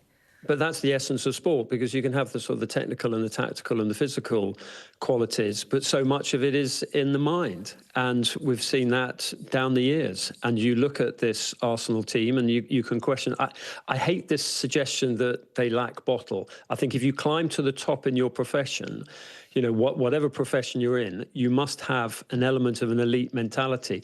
But it's fine lines, and Manchester City just have that extra mental resilience, that understanding of what they have to do. In Pep Guardiola, every single word that he's come out with in the sort of the run into this game has just been perfect in terms of respect for the opposition, so not giving them any fuel for their fire, and they keep on talking about fire at Arsenal, and but also sort of making sure that their own players and City's fans are completely focused as well. So yeah, there's an element of mind games, but it's strong minds. Pep's got a strong mind, and Arsenal, you know, it's something that they really need to work on. Yeah. All I'll say, it's been a terrible month, no doubt about it. But I also hate the extreme negativity you've seen from some. You know, we're top of the league. We're in a Champions League semi-final. We'll analyse the season at the end of the season. But for now, you fight until the last, and fingers crossed. We'll see what happens. What about the bottom, Henry? Because I'm trying not to say this too gleefully, but we've got to have a look at a positive from the weekend. But, I mean, Spurs really are in a tough position now. This isn't just a possibility.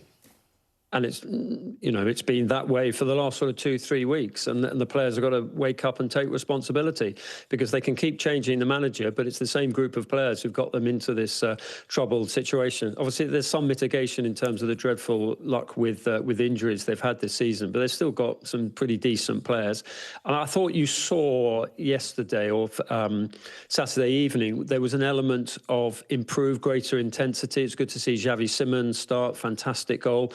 And then, I mean, Tottenham fans will just be rolling their eyes and sort of just sighing with resignation with the late Brighton equaliser, which was crushing. And then to have it compounded yesterday, and this sort of slightly gets to the heart of what's wrong at Tottenham in terms of bringing in the right players, and you have to pay a little bit more for good players with the right mindset and the right abilities. You then go and see Morgan Gibbs-White get a second-half hat-trick for Nottingham Forest, which casts even more gloom down the bottom on Tottenham Hotspur. And, of course, he was a player they wanted to bring in at the start of the season.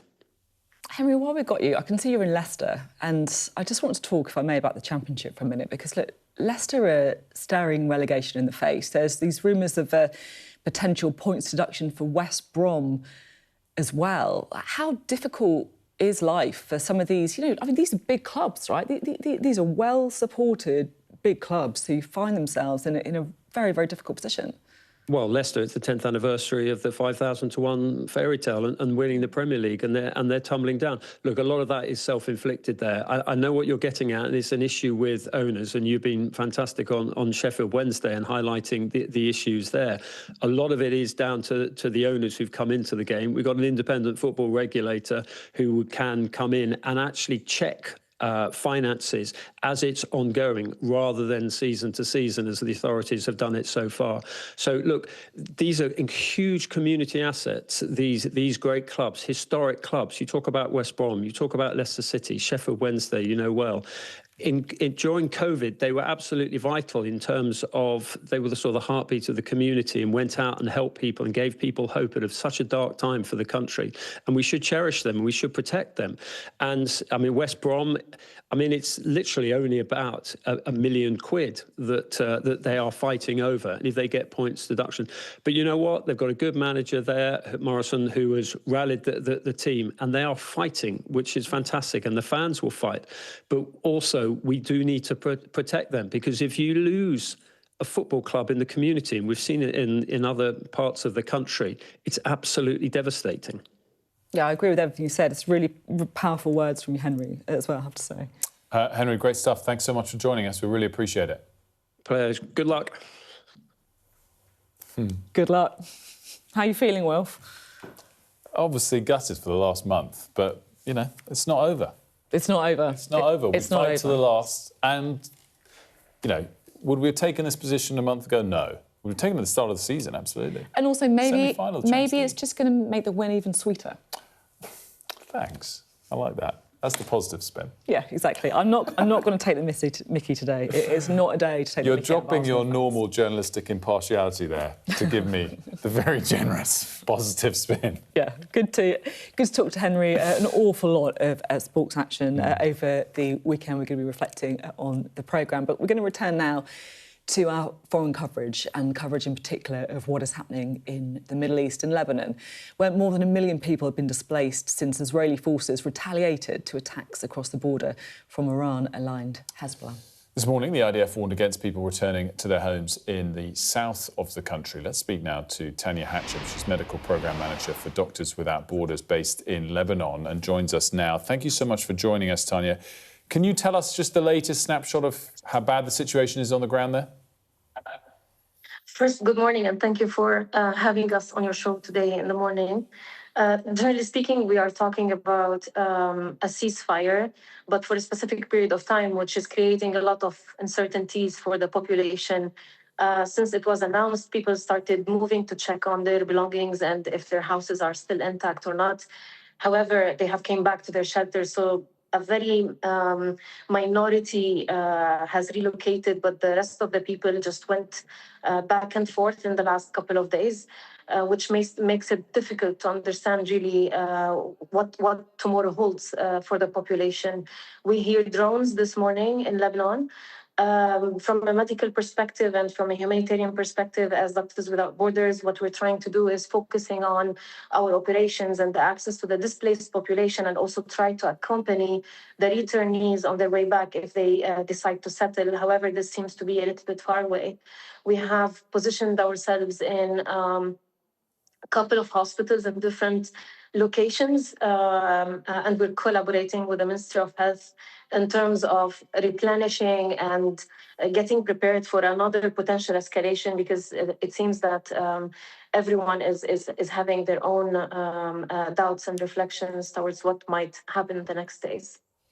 Can you give us the latest on any talks? Because I guess this is what everyone is really hoping for. The only solution can be a diplomatic one. How optimistic are you that there will be some kind of agreement, some kind of lasting ceasefire? We all hope for the best. I can't really give my opinion when it comes to how politicians try to solve problems in the world.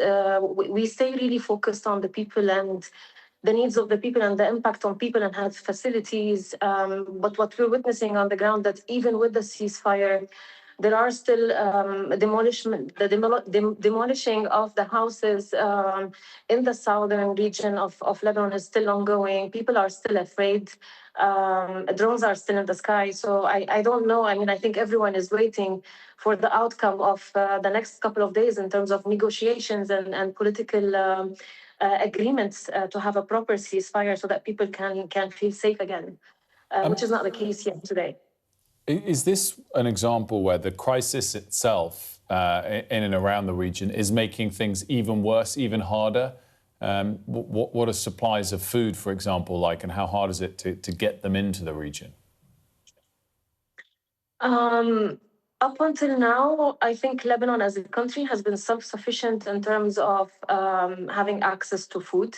Definitely providing food and shelters for displaced population and also accompanying returnees if needed was part of an intervention that was also supported logistically by Doctors Without Borders and other local associations on the ground.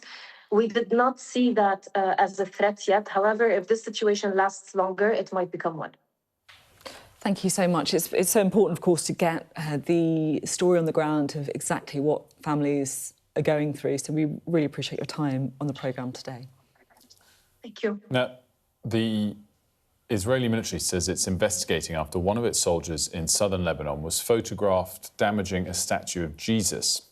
So in the photo, which was shared on social media, a soldier is seen using a sledgehammer to damage the religious symbol. You can see there the image of Jesus there, and the soldier apparently, I mean, you can see for yourself, or looking at that image, apparently trying to desecrate that statue. In a statement, they said, following the completion of an initial examination regarding a photograph published earlier today, of an IDF soldier harming a Christian symbol. It was determined that the photograph depicts an IDF soldier operating in southern Lebanon. The IDF views the incident with great severity and emphasises that the soldier's conduct is wholly inconsistent with the values expected of its troops. The incident is being investigated by the Northern Command and is currently being addressed through the chain of command.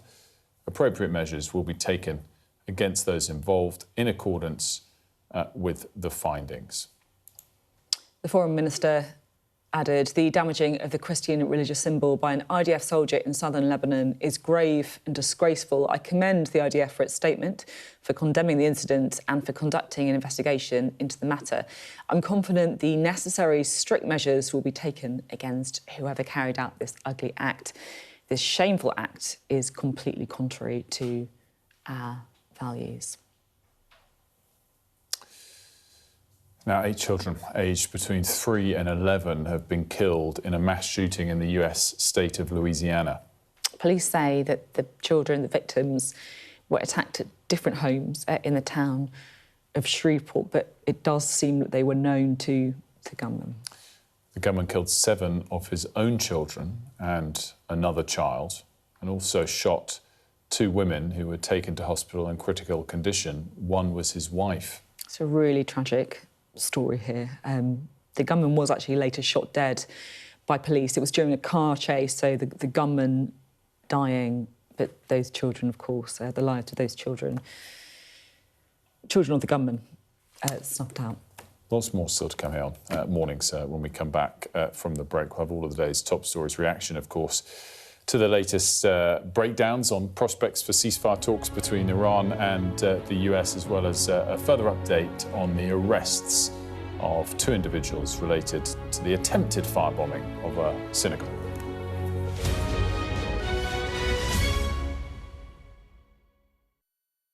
The best thing about being a Sky News journalist... My darling. Beth Rigby, Sky News. Is being a Sky News journalist. You said to people, I'm not coming back for more, but you have come back for more. Well, let's kick off and make a statement. What can our Prime Minister say to you to not impose tariffs? He's coming out! What more do you need?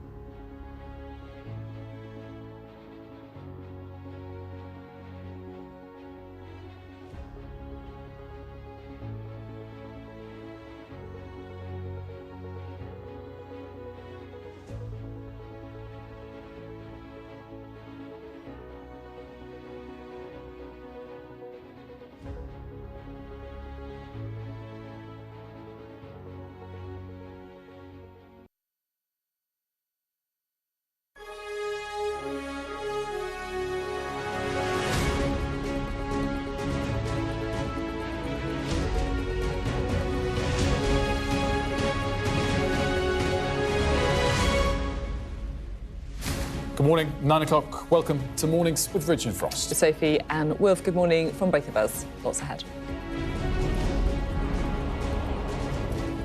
Two people, a 17-year-old boy and a 19-year-old man, are arrested over an anti-Semitic arson attack in London. US Marines seized an Iranian-flagged ship that was trying to pass through America's blockade of the Strait of Hormuz. Meanwhile, JD Vance prepares to return to Pakistan for peace talks, although Iran says they're not going. The Prime Minister faces MPs today in a make-or-break week for him over the Mandelson scandal, and that is before the ousted civil servant Ollie Robbins does the same tomorrow. Also today, we'll be talking about the big fines university could face if they fail to protect free speech on campus. We'll also be talking to people living in Iran as they reflect on life during the fragile ceasefire.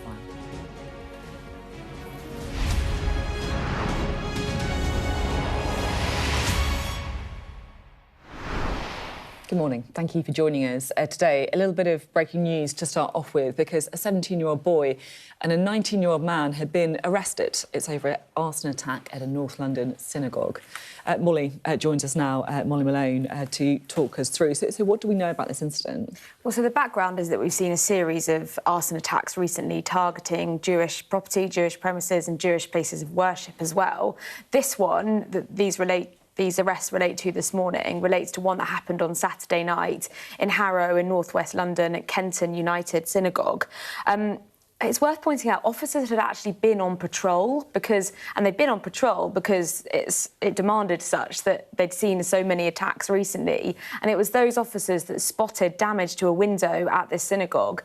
And it transpired that they said that some kind of accelerant had been thrown through the window, and there were no injuries, there was no major structural damage, but there was smoke sort of billowing inside the synagogue. And the Met have said this morning that a 17-year-old boy and a 19-year-old man had been arrested overnight in relation to that attack. But it comes after a number of different attacks.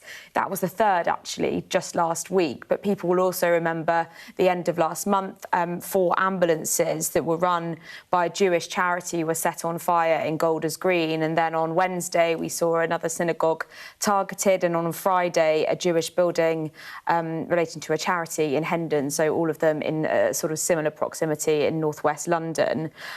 We also learned yesterday from police who gave an announcement who talked more about what they're investigating. They said Iranian proxies could be behind these attacks. And they said a group with possible links to Iran has claimed responsibility for them online, as well as claiming responsibility for a number of other attacks across Europe in recent months. And they essentially said that, in their words, they're looking into whether thugs for hire, so criminals who might not have any direct connection or allegiance to the group in terms of the ideology, are instead perhaps being hired to carry out these attacks. But they warned that what they're doing, these people, is really, really serious. And in their words, the stakes are high and that people could be prosecuted under national security law. So if that's the kind of police investigation, you've also got the fear being felt by communities, by the Jewish community, who for years have been feeling the threat of attacks. And then in such short succession, they've had a series of attacks all in that area. So when it's potentially guns for hire in that way, it's national security law that comes into play as opposed to terrorism law? Well, that's what they said yesterday, which was new, actually, because we hadn't seen that so far. But they said yesterday that, I guess as a warning, really, because of how many they've seen, they were quite clear to say, look, you might be receiving cash for these types of attacks. In their words, that's what they said. But they said the reward is small, given, the threat of prosecution under national security law, which is really serious and carries, some really hefty sentences. So that was the warning from police officers yesterday, yeah. OK, great stuff. Molly, thank you. Let's get to the Iran war now, because Iran has said this morning that its delegates won't be returning to Pakistan for renewed peace talks with the US. New development this morning, of course, a blow, I think, to what people are hoping for. That update was issued by the Foreign Ministry's spokesperson in a press conference that's still ongoing. He said that US proposals have been unserious and its demands unrealistic, and that is why they will not be joining the peace talks that, according to US reports at least, were meant to be restarting early this week. And of course, the backdrop to this press conference is the news that we've had overnight was the US seizing an Iranian-flagged tanker that was trying to break through America's blockade of the Strait of Hormuz last night. Iran said they want to retaliate for that, and look, the ceasefire was already looking fragile. It's now in real jeopardy. Here's some of the footage from US Central Command. It shows Marines storming the cargo ship called the Tuska after leaving the USS Tripoli, a US warship, by helicopter.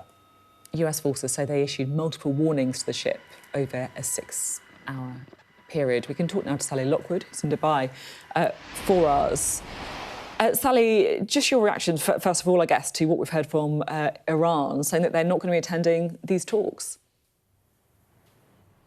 Yeah, it's not good news, is it? Certainly when you look at the state of things with the Strait of Hormuz, which has become extremely tense over the weekend. You know, we went into the weekend with a sense of optimism that perhaps the two sides were getting closer to reaching a deal, that this pressure on the global economy when it comes to the Strait of Hormuz was going to be eased.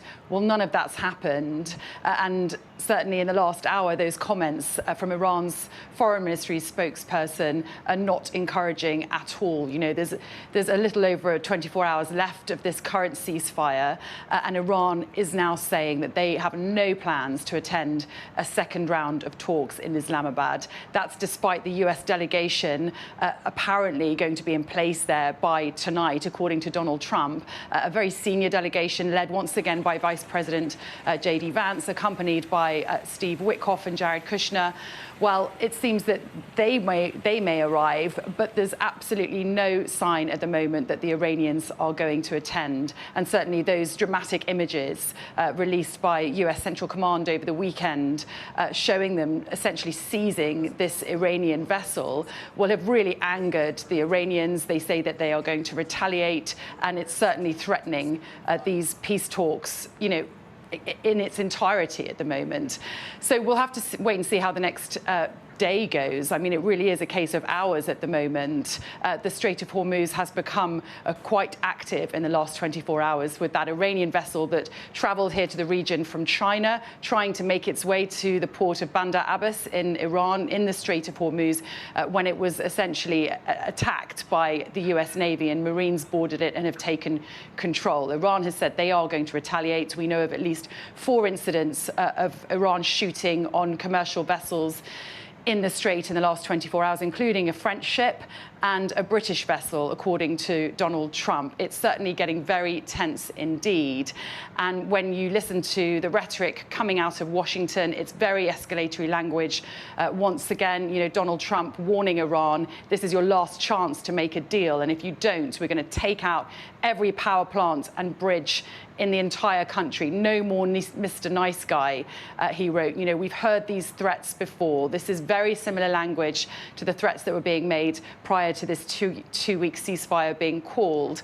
And there is a real hope that something is going to be pulled together, potentially by the Pakistani mediators who are working very hard. There was a phone call between Pakistan's Prime Minister and Iran's president late last night. They're really working hard to try and pull a second round of talks together, but there isn't a lot of time left with the current ceasefire due to end tomorrow night. Sally, great stuff. Thanks so much. Let's focus in now on the ceasefire in Lebanon, which is also in doubt. This morning, the Israeli military have issued a warning to people in southern Lebanon, saying they shouldn't return to a number of villages located on the border until further notice. Look, for people in Beirut, it's brought displacement, grief, resilience as well, as our international correspondent Diana Magnay reports. There is so much tragedy here in amongst all the rubble. A younger brother, Salam's only sibling, killed in an Israeli airstrike before the ceasefire. He went down south to check on our village, and there was an airstrike that got him. And he was martyred, his body torn apart.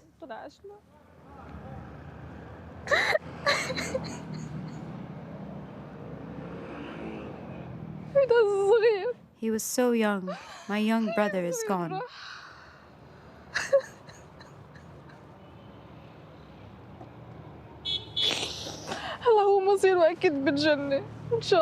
I'm sure he now rests in heaven. God forgive Israel. What do they want from us? They should take themselves and leave. They will keep bombing us. They will keep killing us. They'll take our lands. So there's nothing. Do you think this ceasefire will hold? No. You sound very sure. Yes. Why? Why because it's Israel. Sure? Israel. There are always wars with Israel. 100%. Most of the people that we've spoken to are pro-Hezbollah, and you would expect that. This is Dahir, this is the Shiite neighborhood of Beirut. This is famously a Hezbollah stronghold. We needed their permission to come and film here. And what we're hearing is that the streets are pretty busy now, but in the evenings it gets quiet again. People are now just coming back to see what's left of their homes, collect what they can, and then go out back to wherever it is that they're having to stay. And these are people who have had multiple rounds of displacement for decades now. You know, this building was destroyed in this last war. 3 buildings here were destroyed in the previous war, 23-24. And this whole suburb came to being because of rounds of displacement of Shia from the south of the country through the 70s and the 80s. After the ceasefire, a lot of people left to see what had happened to their homes in the south. But a lot then came back too, Hezbollah warning repeatedly that it just wasn't safe, that the ceasefire was too fragile. Which was why people like Mustafa decided to stay put in his tent in Beirut. Is this the first time you've been displaced? No. We have been displaced in 2006 and 2024. Also now in 2026. We don't mind. Stone, we can rebuild it. The stone, we can rebuild it. But we are strong. We have muscles. As they have muscles and weapons, we have weapons and muscles. We can defend our land. If I didn't want to defend my land, what I should be alive? So you'll I shouldn't be alive. You'll fight with Hezbollah? Yeah, of course. I should be with Hezbollah. I consider Hezbollah is the government now. But for Israel, of course, Hezbollah is the problem, and for many Lebanese too. And as their endless conflict drags on, it is the young, the innocent, who find themselves caught in the middle. Diana Magnay, Sky News, Beirut. Alex Crawford speaking there, reporting there on the crisis that is hitting so many people. Let's have a look at the markets and how they've reacted to the weekend's news. And oil prices are on the rise. Again, they're up about 6% this morning, taking Brent crude up to about $96 a barrel as things stand. This is a 5-day chart we're looking at to sort of capture the good news move that we got on Friday as well. Of course, the main news it's reacting to is that the Strait of Hormuz is not indeed open, that the US has used a military ship to intercept an Iranian commercial ship, but also that news early this morning that Iran will not be returning to peace talks this week. It does show as well the scale of the move late last week. It was on Friday when President Trump said that the Strait of Hormuz was open. We saw a move from close to 100 down to 90, so almost a 10% improvement in the oil price, and we're sort of splitting the difference this morning. Up 6%, in fact, now on that latest bit of news that Iran's not returning to the peace talks. It was about 5% an hour ago. Let's step back from this and just show you the 6-month chart of oil again, because, of course, the key point to point out is where we are this morning at 96, significantly higher than where we were in January to start the year at 60, where we were at the end of February to start the war at 70. But it is just worth pointing out one rather sort of encouraging technical aspect of this chart. The month of March was sort of dominated by, even on days of good news when we saw falls in the oil price, the prior move and the subsequent move on days of bad news were bigger. So we ultimately had a trend of rising prices. That has flipped for April. So even today, on a day of bad news where the oil price risen, the trend still has not been disrupted for the month of April. We are now on a trend down in oil prices, still much higher than where we started the year, of course, and remains to be seen if that trend continues. But for now, that trend holds, even with an increase that we're seeing today. Let's just snapshot how things over the course of the last couple of days are still, somewhat surprisingly, some might say, being interpreted in a positive sense. This is Asian markets, up today by 0.6, 0.7%, depending which market you're looking at, even though oil prices themselves are up 6% today. Why do we show this one? Because they were closed on Friday already for the weekend when that good news came out, the president saying that the blockade was over. And so it's a sort of catch-up trade, and it shows that the net effect of all of Friday's news through to today's news, by Asian markets at least, is being interpreted as positive. Again, even though we're seeing oil prices up 6% this morning. Let's have a look at borrowing costs here in the UK. Of course, perhaps the key factor for how this is filtering through in the short term to our economy. Again, similar trend to what you're seeing in that oil price chart. We saw much, much higher borrowing costs today compared to where we started the war. But perhaps you'd say maybe not encouraging trend, but a less negative trend. Bad news again today. It's not really done much. It's not pushed it back higher again. So we're seeing this slight improvement over the last couple of weeks. 4.1% the yield on the one-year gilt at the moment. Still, though, ultimately, Sophie, much higher than where we started the war at 3.5%.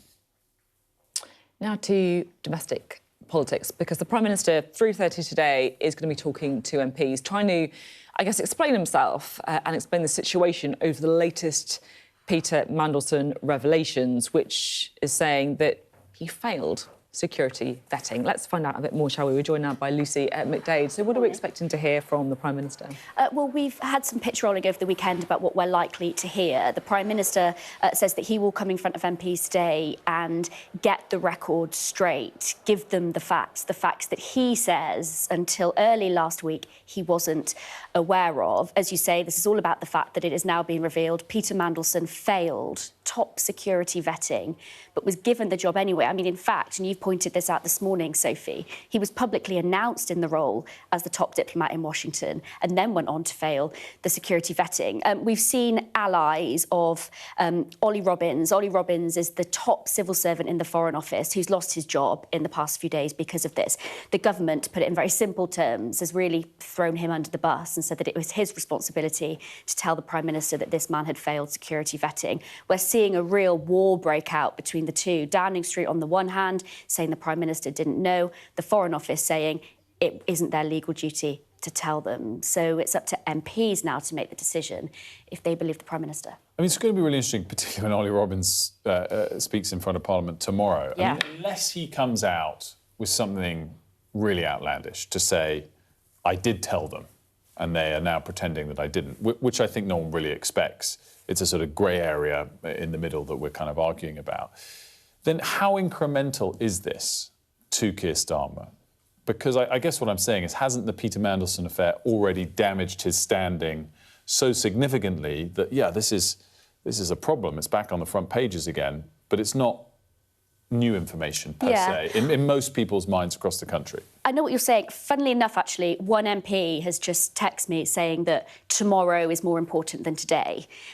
In that, I suppose they are waiting to see what Ollie Robbins could come out with. Is it going to be some kind of bombshell revelation?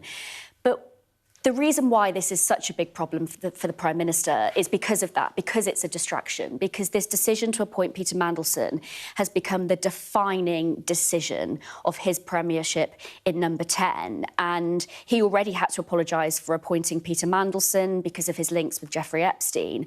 He is constantly having to justify it. And I do think that among Labour MPs, whether or not this is the week that we see Keir Starmer ousted as Prime Minister, I think there's a fair group of MPs that know that they hold the power and that if it's not now, well, it could be in a few weeks' time after the May local elections. You know, there is this feeling that it's when, not if. Yeah, that's the thing that I'm getting as well, Lucy. I guess the thing in Keir Starmer's favour is who would it be? Because there's no clear, I guess, kind of saviour over the water, if you like, who's going to come in. But we did see Andy Burnham and Angela Rayner getting together. That's because there might not be an agreed clear saver. There's probably quite a few people who think they might be. Yeah. Self-appointed. And I sometimes say this in conversations, and again, not to brag, I'm texting MPs this morning, but another has literally just said there is no clear person to take over. And you almost make a joke out of it, but if the one thing that saves you is that there's nobody else to come in, that's a kind of a bit bleak, isn't it? But if that is the one thing that's saving him at the moment, it's the key. It's got to be zero chance in the next couple of weeks. It's not going to happen before the local elections. No, I don't think so. I don't think so. So Lucy disagrees with this possible. No, I just think, well, like Douglas Alexander saying to you this morning, you know, even though he said the Prime Minister should be in place by the next election, nobody's exactly clear. But you are right that MPs at the moment spent their weekend speaking to constituents on the doorsteps. This is a massive distraction. I just don't think they have the fight at the moment to be going through a leadership contest. It feels like it's definitely not the right thing. You mentioned fight. I think this is the other key point, which we might be able to judge today when the Prime Minister speaks in Parliament at 3:30, which is it really all comes down to him. I mean, we've discussed this at length previously. It's not as easy to remove a Labour MP as with a Conservative MP, and he does have a bit more fight in him, I think, than he did a month or two ago. Yeah, and you've also got the fact, let's not forget, there is a war in Iran. And, you know, at the very least, Keir Starmer can come out and argue that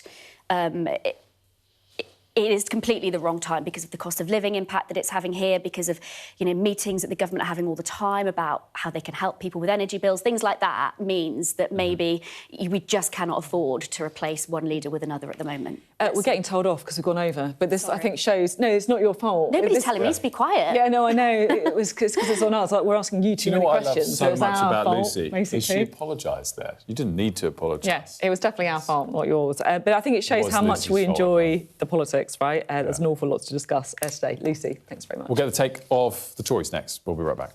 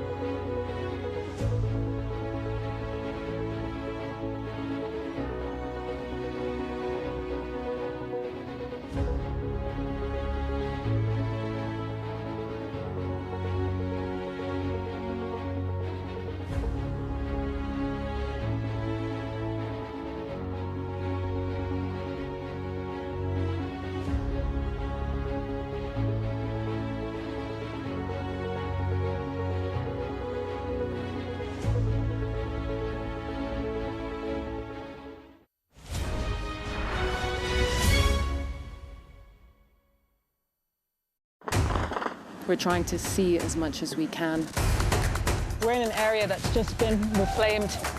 Mr. Zuma, Sky News. People are directly protesting. The whole neighborhood is rallied around her. It's been impenetrable to journalists over the last 2 years of war in Sudan. I've been waiting for this for 2 years. It doesn't feel like a big homecoming. It was never going to be pretty. War isn't pretty.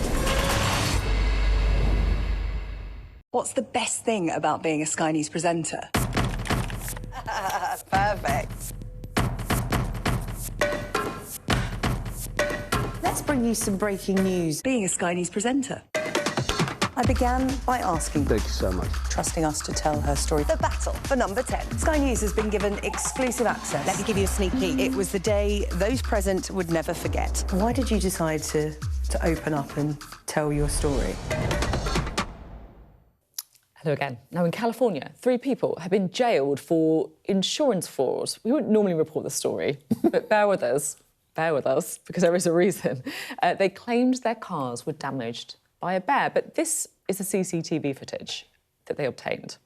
And by the way, they claimed in total $141,839 for damage to a Rolls-Royce and 2 Mercedes because of that footage there of a bear inside the car. Inside the car, scratching it, doing somehow $140,000 worth of damage. Now, it's quite grainy footage. It's quite zoomed out. I don't know how clearly you can see it, but does it look like a bear? If you look really closely like this, it doesn't look very realistic, and it gets worse. Yes. Or better. Because of this. This was then discovered by police in the home of the claimant. I mean, you actually can't make it up. Unbelievable. So they faked it. They faked the whole thing. I mean, look at these claw marks. There were the claw marks. Doesn't look. I mean, come on. How do you claim 140 grand's worth of damage? Look at this perfect straight line. Yeah, I look at the claw marks. And also, you need to get rid of the evidence as well. I mean, having that just lying on the floor is.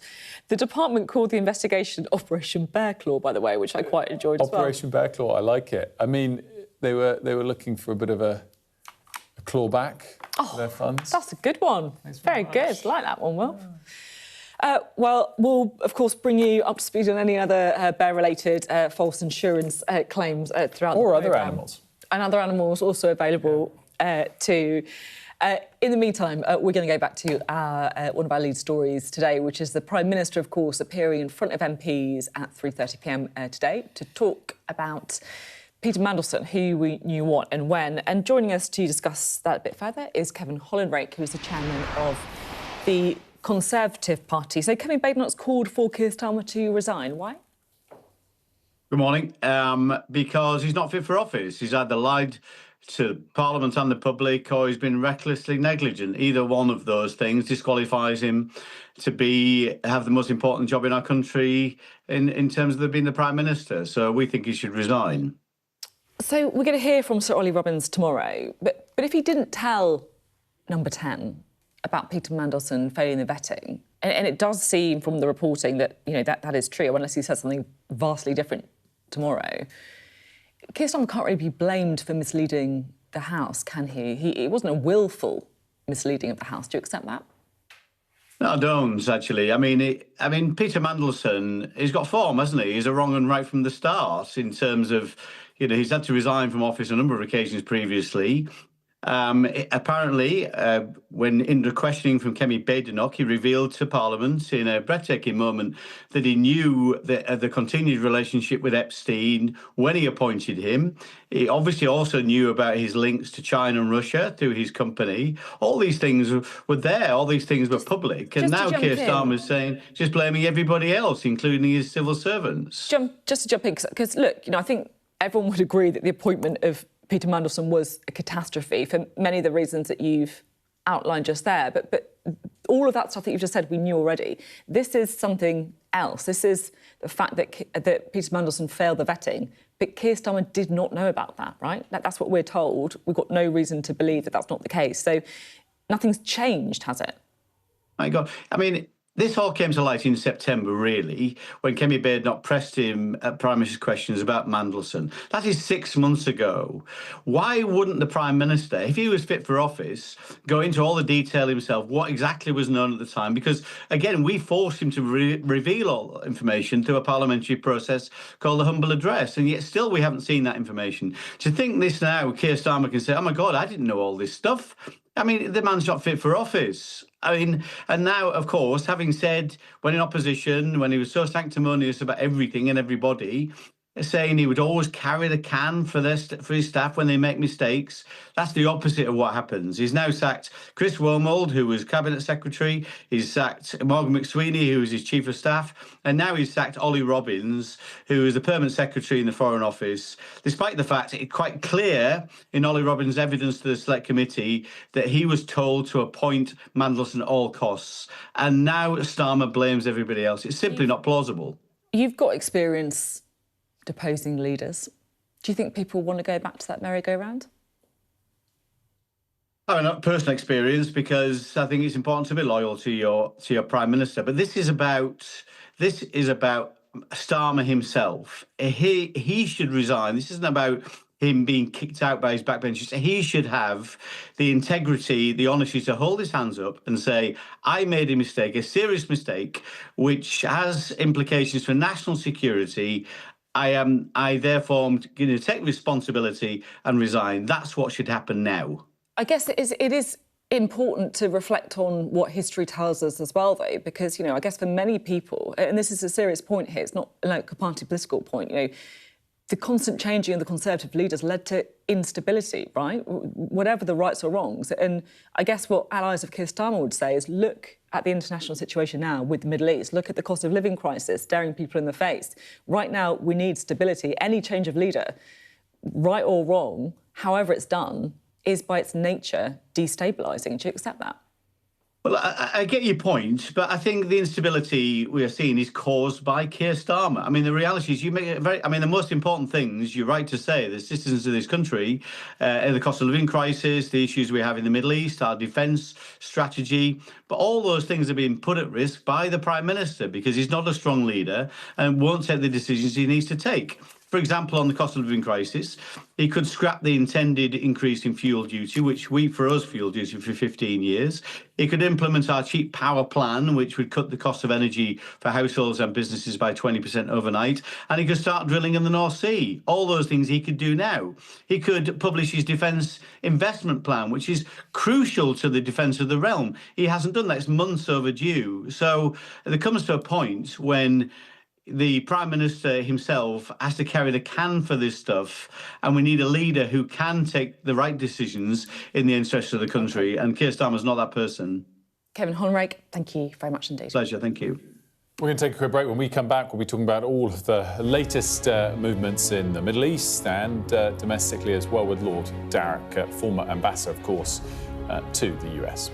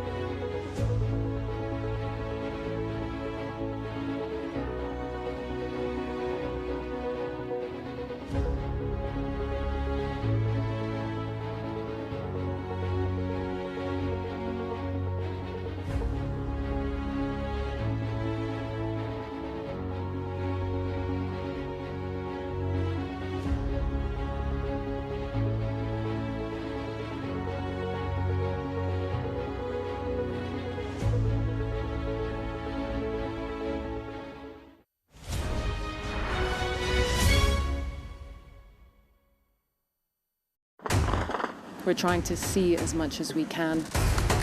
We're in an area that's just been reclaimed. Mr. Zuma, Sky News. People are directly protesting. The whole neighborhood is rallied around her.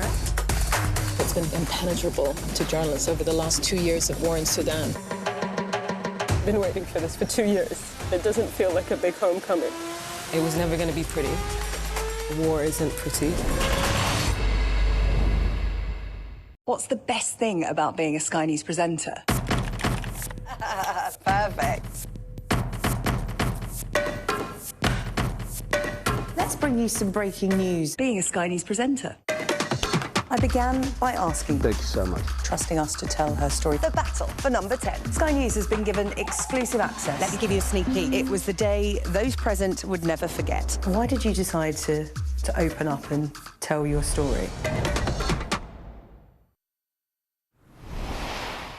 Welcome back. Some breaking news. A major 7.5 magnitude earthquake has struck off the northeastern coast of Japan.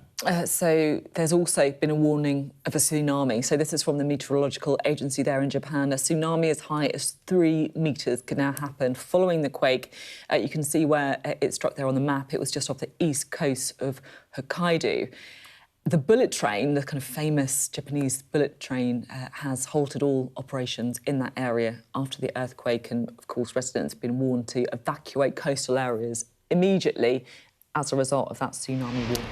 Well, this is the scene in Aomori, where an advisory has also been issued. We'll keep you across all updates as and when we have them. Obviously, a calm live image, at least for now. With the tremor having that epicentre in the Pacific Ocean, 10 kilometres deep, and the tsunami warning, anyone nearby the coasts to evacuate. Right, let's return now to our top story and confusion over the state of peace talks or not in Islamabad. Delighted to say we're joined now by Lord Darroch, the former UK ambassador to the US. It's really interesting, Lord Darroch, very good morning to you, by the way, that even over the course of the weekend, the US was seemingly apparently willing to send the Vice President, no less, to fly all the way to Islamabad, even if the talks hadn't been fully agreed to yet. It does seem now, based on comments from the Iranian Foreign Office's spokesperson, that they won't be taking place. Does it sort of reveal the difference of perspective between the two sides as well? How keen they are to end the ongoing closure of the Strait? It may do, Wilf. It may do. I think there's no question but that Donald Trump wants this over, but he wants it over on his terms, with a settlement with Iran that looks better than the JCPOA of 2015. What you have in Iran, though, now is arguably a more radical, more hardline regime than was around back in in 2015, and they're going to be very tough. They are being very tough in the negotiations, and also they will claim that the Americans have broken the ceasefire because of the attack on the Iranian tanker. Now, I think that actually, if the Americans had gone, or are going, the Iranians will shock because they wouldn't want to appear uninterested completely in any sort of negotiations. So I think negotiations will happen at some point soon. But it does show us, I think, that the Americans may be more anxious and more keen for a quick deal than Iran is. And that's before we get onto the substance, which is going to be very difficult. It's interesting that you say that what has happened as a result of the war has been a more hardline regime in Iran. You're saying there that America would be keener for a ceasefire than Iran. I guess does that mean that Iran's got a stronger negotiating hand?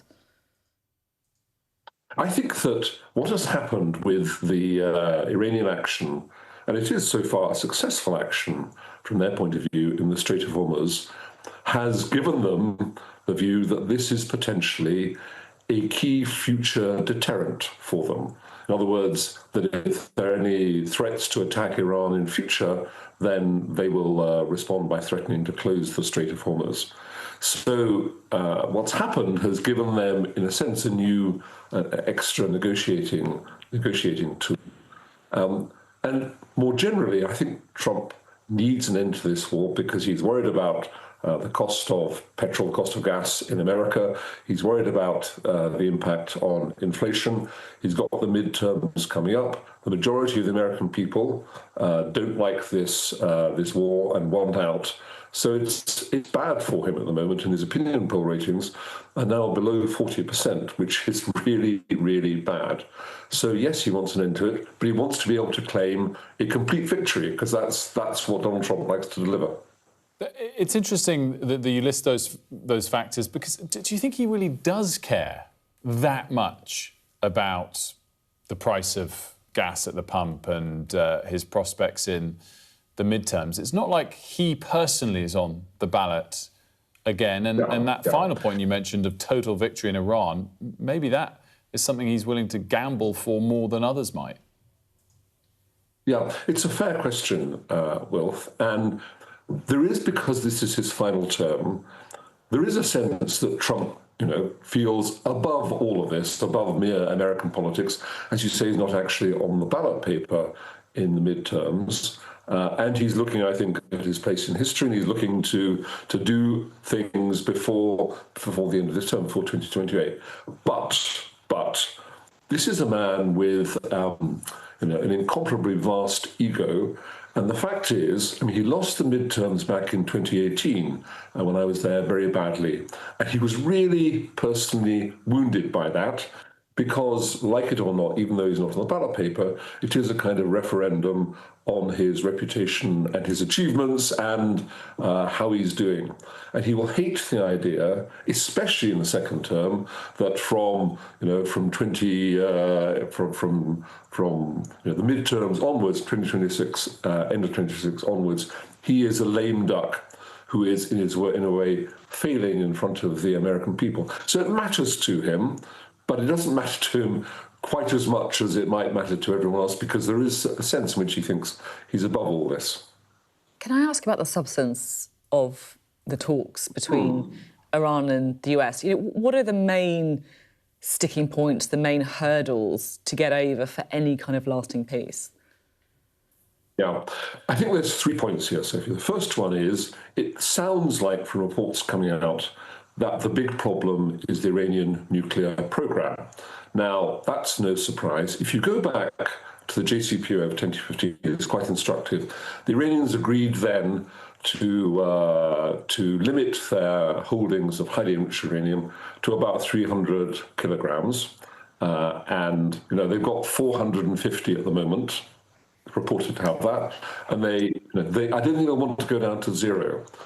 Second, they insisted back then on the right to continue with a peaceful nuclear program for nuclear power. I'm not sure they really need it with all their energy, but they insisted on that, and they insisted on that on that basis, on having the right to continue to enrich uranium to a low level, to sort of 3% or so. And I suspect they'll be asking for at least that this time round. And if Trump wants to better the JCPOA, he won't want to accept that. Then you've got to look at the American pressure that they stop financing their proxies, the Houthis, Hezbollah, Hamas, and the Iranians will not like to do that. And then most important of all, for us in the rest of the world, it's the question of the Strait of Hormuz. And I think the Iranians now see this as a potential long-term strategic asset, and will insist on some form of control over it, including maybe the right to levy tariffs on or fees for ships passing through the strait. And there have been indications from Trump himself that may not be completely unacceptable to the Americans. So there's at least 3 really difficult issues. And final point, remember the JCPOA took 20 months to negotiate. The Americans are trying to do this in weeks. Just finally, Lord Truck, wanted to ask you about the King's state visit. Obviously it's going ahead. There's a big agenda, 3-4 days, and they'll probably make sure there's no cameras and microphones near the two of them when they're together. That said, rewind the clock for a step back. With all that's going on, when you saw that it was fully confirmed and going ahead, were you surprised? I wasn't for 2 reasons. One, we have enough problems with the US administration with not something would be seen as a personal rebuke to the president. And so in that sense, we don't need more problems there. Second, I think the King, who is an accomplished diplomat, I've seen him in action, he's a very accomplished diplomat, he can convey difficult points in a way that doesn't offend the other side. I'm not saying he's going to get into difficult political discussions on Iran with the president, but he's an accomplished diplomat. The president clearly likes him, and I think the King will believe it's a difficult agenda for him, but that maybe he can achieve something, he can help. Lord Darrett, great to see you as always. Thanks so much for joining us. Thanks. We want to take you inside Iran now, because for those people living there, an internet blackout has made communication with the outside world extremely difficult. But some stories and voices are emerging. Sky News hearing how uncertain and frightening life has become. Our international correspondent John Sparks reports. The sky has cleared and the bombing has stopped. A sense of calm has filtered through the Iranian capital. But there's little joy in this city. حالمون مثل غریقیه که برای چند ثانیه سرش رو از آب بیرون آورده تا فقط یک نفس عمیق بکشه قبل از اون که دوباره به زیر کشیده بشه. It's difficult to speak to people in Iran. The internet has been cut for the past 6 weeks. But a small number are trying to talk to us. They've managed to post on social media and send messages via the web. صدای پرنده ها دوباره بلند شده و با تدی و کلایی اومدیم پیاده روی زندگی دوباره برگشته. The city is calmer after the news of ceasefire. Young girls without hijab are enjoying their latte macchiato under the sun, while black-veiled women wave their Iranian flag in the government-sponsored rallies at the main squares. After a bombardment of 40 consecutive days, people in Tehran are emerging from the shadows to drink coffee, to reacquaint with friends. But a shaky ceasefire offers them little or no certainty. City residents have been sending us messages. و بسیار هنوز هم نگرانم و حداقل بعد از این 40 روز ما میتونیم 2 هفته شاید بتونیم یکم شبها بخوابیم. حالا هوا هم که دیگه خودت میدونی دیگه این بلا تکلیفیه و این تهدیدا و زدن زیرساخت و این دور بودن از خونه زندگی و تعطیلی کار و آینده نگران اینا همه وحشتناکه واقعا. The Americans and the Israelis trained much of their firepower on the capital, a massive bombardment on a densely populated city. And the experience was captured by a Red Crescent paramedic called Ali. I wish someone would tap me on the shoulder and say, "Get up, it was a dream," he wrote in a message that accompanied this post. Well, you can watch more of John's report by scanning the QR code on the screen now or visiting the Sky News website or app. Let's have a look now, shall we, at what the weather's up to. I hope we haven't forgotten anything. Travel insurance, I tick that box. Yeah, but remember what you forgot last year. All Clear Travel Insurance sponsors Sky News weather. High pressure will keep the weather settled over the next few days and in doing so successfully repel the approaching low pressure system that's in the Atlantic. However, the onshore flow will keep eastern counties rather cool while the west will be warmer. For now, it's a chilly start for everyone, but particularly in rural areas where there'll be a touch of frost. It will be bright and sunny after early fog clears. The exception will be over northern and eastern Scotland, where it'll be mostly cloudy with outbreaks of showery rain. Through the morning, those showers will spread inland, moving through central parts of the country, reaching Wales by the middle of the day. All Clear Travel Insurance proudly sponsors Sky News weather. Coming up, we are going to be talking about free speech at universities and plans to fine institutions that don't properly defend it.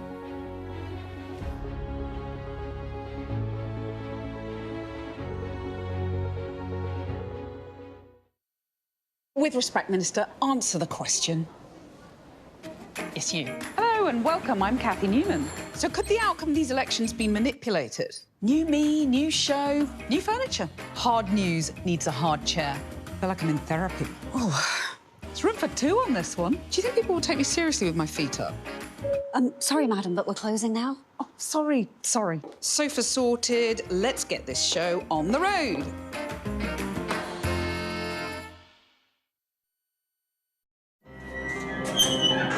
We've come to one of Moscow's Cold War bunkers. It was built as a top-secret command centre. Being here really feels like you're stepping back in time. I'm Ivor Bennett, Sky's Moscow correspondent. A show of military might and menace. courage, bravery and sacrifice will win the day. It's a new subject. They'll learn about combat drones and some how to handle a Kalashnikov.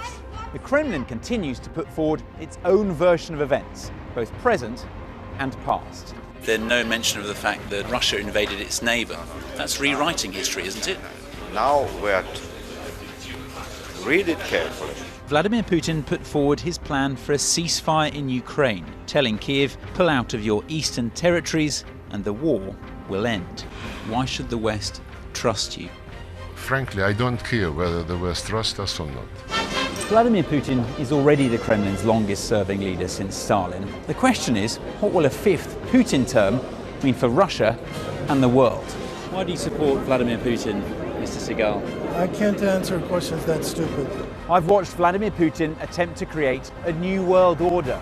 The St. Petersburg Economic Forum was the backdrop to Vladimir Putin's latest verbal volley that Russia could send missiles to other nations to target the West. Ambassador, I wonder, shall we have a quick word for Sky News? Is the West right? Are you fueling Russia's war machine? Swedish media, oh my God, you're not afraid of being here. American journalist Evan Gershkovich is on trial here, but was first on display. Russia says Evan Gershkovich was caught red-handed, but has never produced any evidence to back that up. Sky News. Get the full story first. What's the best thing about being a Sky News presenter?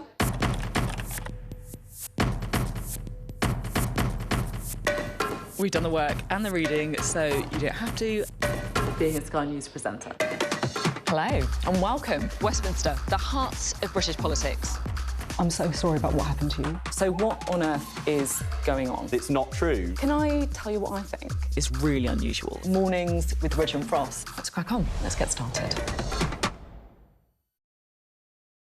The best thing about being a Sky News journalist... My darling. Beth Rigby, Sky News. Is being a Sky News journalist. You said to people, I'm not coming back for more, but you have come back for more. Well, let's kick off and make a statement. What can our Prime Minister say to you to not impose tariffs? He's coming out! What more do you need? Just a little reminder to bring you about the breaking news that we've had, because a 7.5 magnitude earthquake has struck off the northeastern coast of Japan, and it's also sparked a tsunami warning as well. Yeah, Japan's meteorological agency has warned of a tsunami as high as 3 metres following the quake, which struck off the east coast of Hokkaido. The Tokyo Aomori bullet train has been halted following the earthquake. Residents are being warned to evacuate coastal areas immediately. So this is the scene now in Aomori, where an advisory has been issued. I mean, it looks incredibly calm at the minute there, of course, but there has been that warning that due to the earthquake off the northern Japanese coasts, there could be a tsunami of up to 3 metres, that's 10 feet, expected to hit that area shortly. There's going to be an update at 10 a.m. UK time, where there's going to be a briefing from the Japan Meteorological Agency. And there is more on the Sky News website. You can scan that QR code if you want to keep up to date with live updates. And, of course, throughout the day on Sky News, we'll bring anything as it develops. Now, universities face fines of up to £500,000 or 2% of their income if they fail to protect free speech on campus. Our education reporter Anjan Pierre-Bacchus is here to tell us a bit more about what exactly is kind of quite a rare new development. Definitely, and it's definitely the first of its kind, and it's going to come into place from September 2026, so the next academic year. And it's come about probably as a result of some of the issues that have been arisen in university campuses and around free speech and debates and conversations and dialogues that take place. But I think what's really interesting is to note that the Department for Education have kind of acknowledged that freedom of speech and free speech on university campuses is an integral part of the university experience and also part of our democratic rights in a democratic society. And they want to see that nurtured and flourish and develop and really be integral to those conversations that are taking place on university campuses. But there needs to be some parameters, there needs to be some regulation, possibly some monitoring. And I think this procedure that's being brought in, this complaints procedure, which will be open to university students. Should they feel that there's an issue or a concern, they can raise it now through a legitimate kind of process, a complaints process through the Office for Students, which is a first. And I think it's a kind of an acknowledgement that we want to have free speech on university campuses, absolutely, but there needs to be some kind of parameters, regulation, although it should be an inclusive process as well. Angela, thanks very much indeed. Now, I take the mickey, I think it's fair to say, out of Will quite a lot. And you made sure there was time enough for this final segment. Yeah, but I mean this. I mean this actually really seriously. Like, as an Arsenal fan, you know, I've definitely taken the mickey out of Will, throughout the start of this programme. But today, I actually just want to say it's not the day for it, because I do feel... No, it is the day for it. I mean, it is, but I actually feel the pain of Arsenal fans today. It's a tough day because it's not over yet. It's not over yet, but it's looking... fight to the last. Pretty close, because Man City beat Arsenal 2-1. I'm going to do all this read. To close the gap to just 3 points, Erling Haaland scored the winner in the second half, and that means that City will, close your ears, move above Arsenal if they win their game in hand against Burnley on Wednesday. It's a big if, big old Burnley. Do us a favour. Right, lots of games yesterday as well to touch on. Liverpool beat Everton in a thrilling Merseyside derby to consolidate 5th place in the table. Virgil van Dijk heading home in the 10th minute of stoppage time. Victory moves them 7 points clear of Chelsea in 6th place. Aston Villa boosted their Champions League qualification chances with a dramatic 4-3 win over Sunderland. Tammy Abraham scored the winner in the 93rd minute. Villa stay 4th, level on points, with Man U who are in 3rd. It was a great action-packed day yesterday in the Premier League. Even if we lost. How was that match to watch? Very disappointing. Kai Havertz had a great chance late on. We played all right. But, as I said, very disappointing month. But let's see where we are at the end of the season. Yeah, still a lot to play for. That's it from us today. We'll see you tomorrow, but plenty more on Sky News in just a few moments' time.